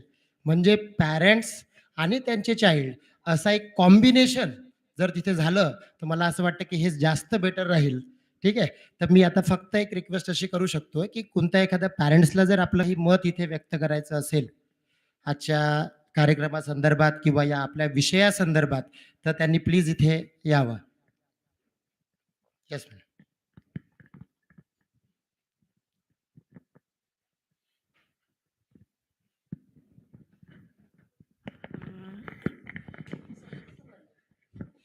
धन्यवाद. मला इथे 2 शब्द बोलण्याची संधी दिली. मला काही जास्त बोलता येत नाही, पण आता मला बोलायची इच्छा झाली. एवढे पॅरेंट्स लोकं आहेत. मी ॲक्चुअली सिंगल मदर आहे आणि मी एक NGOला काम करते मोबिलायझेशनचं. आणि कसं होतं की रोजच्या दगदगीच्या जीवनामध्ये आपण खूप ट्रेस घेऊन चालतोय. कारण 10 ते 6 ची ड्युटी असते, सकाळचं घरचं काम असतात. मुलाला आता सिंगल मदर म्हटलं की वर्क तर आलंच, करावं तर लागेलच त्याच्या एज्युकेशनसाठी आणि सर्व गोष्टीसाठी. तर तशा वेळेस काय होतं की आपला सगळा दिवसभराचा ट्रेस हा मुलावर नक्कीच निघतो, आपल्या घरात निघतो. आणि हा ट्रेस म्हणजे कुठे हे करायचा, कुठे घालायचा? आता दुसरं तर कोणी राहत नाही. शेवटी मुलावरच निघतो. मुलाचा अभ्यास असतो, मुलाची थोडीफार चिडचिड असतो, त्याचं खानपान असतो. सगळीकडे लक्ष द्यायचं असतं, कामामध्ये पण लक्ष द्यायचं. आज मी एक तर नक्की शिकली, की सरांनी सांगितलं, धन्यवाद सर, की हा जो राग जो आहे ना, ते कमी करायला पाहिजे. कारण सर्वात जास्त मुलावर निघतो. हे मान्य करताय ना तुम्ही? आई लोक जे आहे ना, ते तर आहेच. म्हणजे त्यांना माहितीच आहे, की घरातला सगळा संताप असेल तर मुलावर निघतो आणि माझा तर निघतोच. तर मला ही एक गोष्ट नक्की शिकायला मिळाली, की हा जो राग आहे, तो मुलावर नको निघायला आणि माझा मोस्टली निघतो. तर थँक यू सर. आणि मी तरी म्हणजे हप्ताभराचा जो सेशन आहे, मी त्या दीदीकडे करणार, इथे येऊन करणार. आणि पहिल्यांदा आली आहे मी ॲक्चुअली. खरं सांगायचं, मी अजूनपर्यंत इथे कधीच नाही आली आणि ही माझी चूक आहे, की मी आतापर्यंत यायला पाहिजे होतं इथे आणि हे सेशन असेल किंवा हे करायला पाहिजे होतं. And thank you vision group, की मुलाला मी विजनमध्ये आत्ताच टाकलं. ॲक्चुअली माझा मुलगा 8वीला आहे आणि फार उशीर झाला, की आशिष सर हे माझे बंधू आहे, माझ्या भावाचे मित्र. तर त्यांनी मला आधीच सांगितलं होतं, की तुम्ही टाका. पण कसं झालं, की 7वी पासून दुसरीकडे माझा मुलगा होता, त्यामुळे मी तिथेच हे केलं. पण यावेळेस खरं सांगायचं म्हणजे माझ्या मुलाचं जे मागचं जे मार्क्स आहे ते खूप कमी पडले. तर त्याच्यासाठी मी खूप संतापली होती आणि खूप विचार करत होती, की काहीतरी माझ्या मुलापेक्षा माझी मिस्टेक झाली आहे. माझी कुठेतरी कमीपणा पडली आहे, की माझ्या मुलाचा असा रिझल्ट आला. त्यामुळे खूप खूप धन्यवाद अ, म ओम शांतीचा की आज माझे थोडे म्हणजे 100% म्हणा, की माझे डोळे उघडले. Thank you very much. Thank madam. मी इकडं एवढंच सांगेल तुम्हाला, की स्ट्रेस मॅनेजमेंटसाठी easy Rajyoga for busy peoples आहे आमच्याकडे. तर आपण सगळे बिझी आहात, आपापल्या कामामध्ये व्यस्त आहात. त्या व्यस्त कामातून फक्त 1 घंटा किंवा त्यातही बिझी असेल तर 45 मिनिट्स, तेवढा 45 मिनिट्सचा एक पिरियड असतो आमच्या शिक्षकांसाठी. तर 45 मिनिट्स किंवा 1 तास आपल्याला द्यायचा आहे. आणि सरांनी सांगितलं, की एक अफर्मेशन, आय एम पीसफुल, हे जर आपण आपल्या मनाला पक्कं केलं तर नक्कीच अँगर कमी होतो, स्ट्रेस कमी होतो. आणि don't carry your baggages from office to home, एक खूप हा गोल्डन रूल आहे. तेव्हा तुम्ही शांत राहाल आणि त्याचा इफेक्ट आपल्या मुलांवर देखील होईल. खूप खूप धन्यवाद. आणि आजच्या कार्यक्रमाची समाप्ती नाही म्हणेन, it's a new beginning for our parenting. So all the best all of you. Do meditation, learn meditation and implement it in our life. Thank you so much. खाली प्रसाद आहे, तो स्वीकार करूनच आपण घरी जावं. धन्यवाद.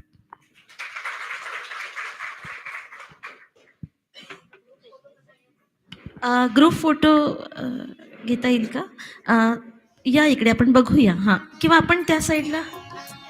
Yes, stay there. सफल कर लो सांसें अपनी, परम पिता को याद कर।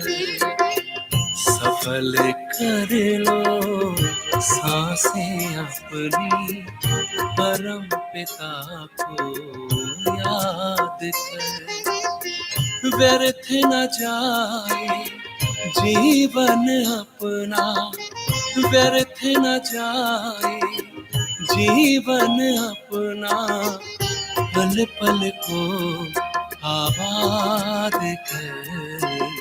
सफल कर लो सांसें अपनी, परम पिता को याद कर।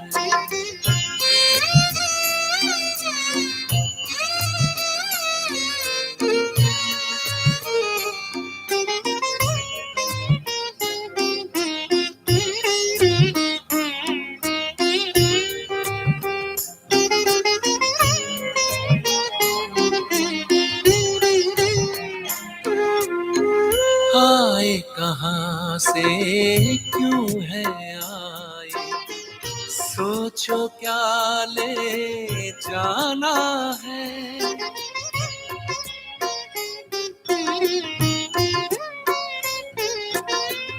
आए कहाँ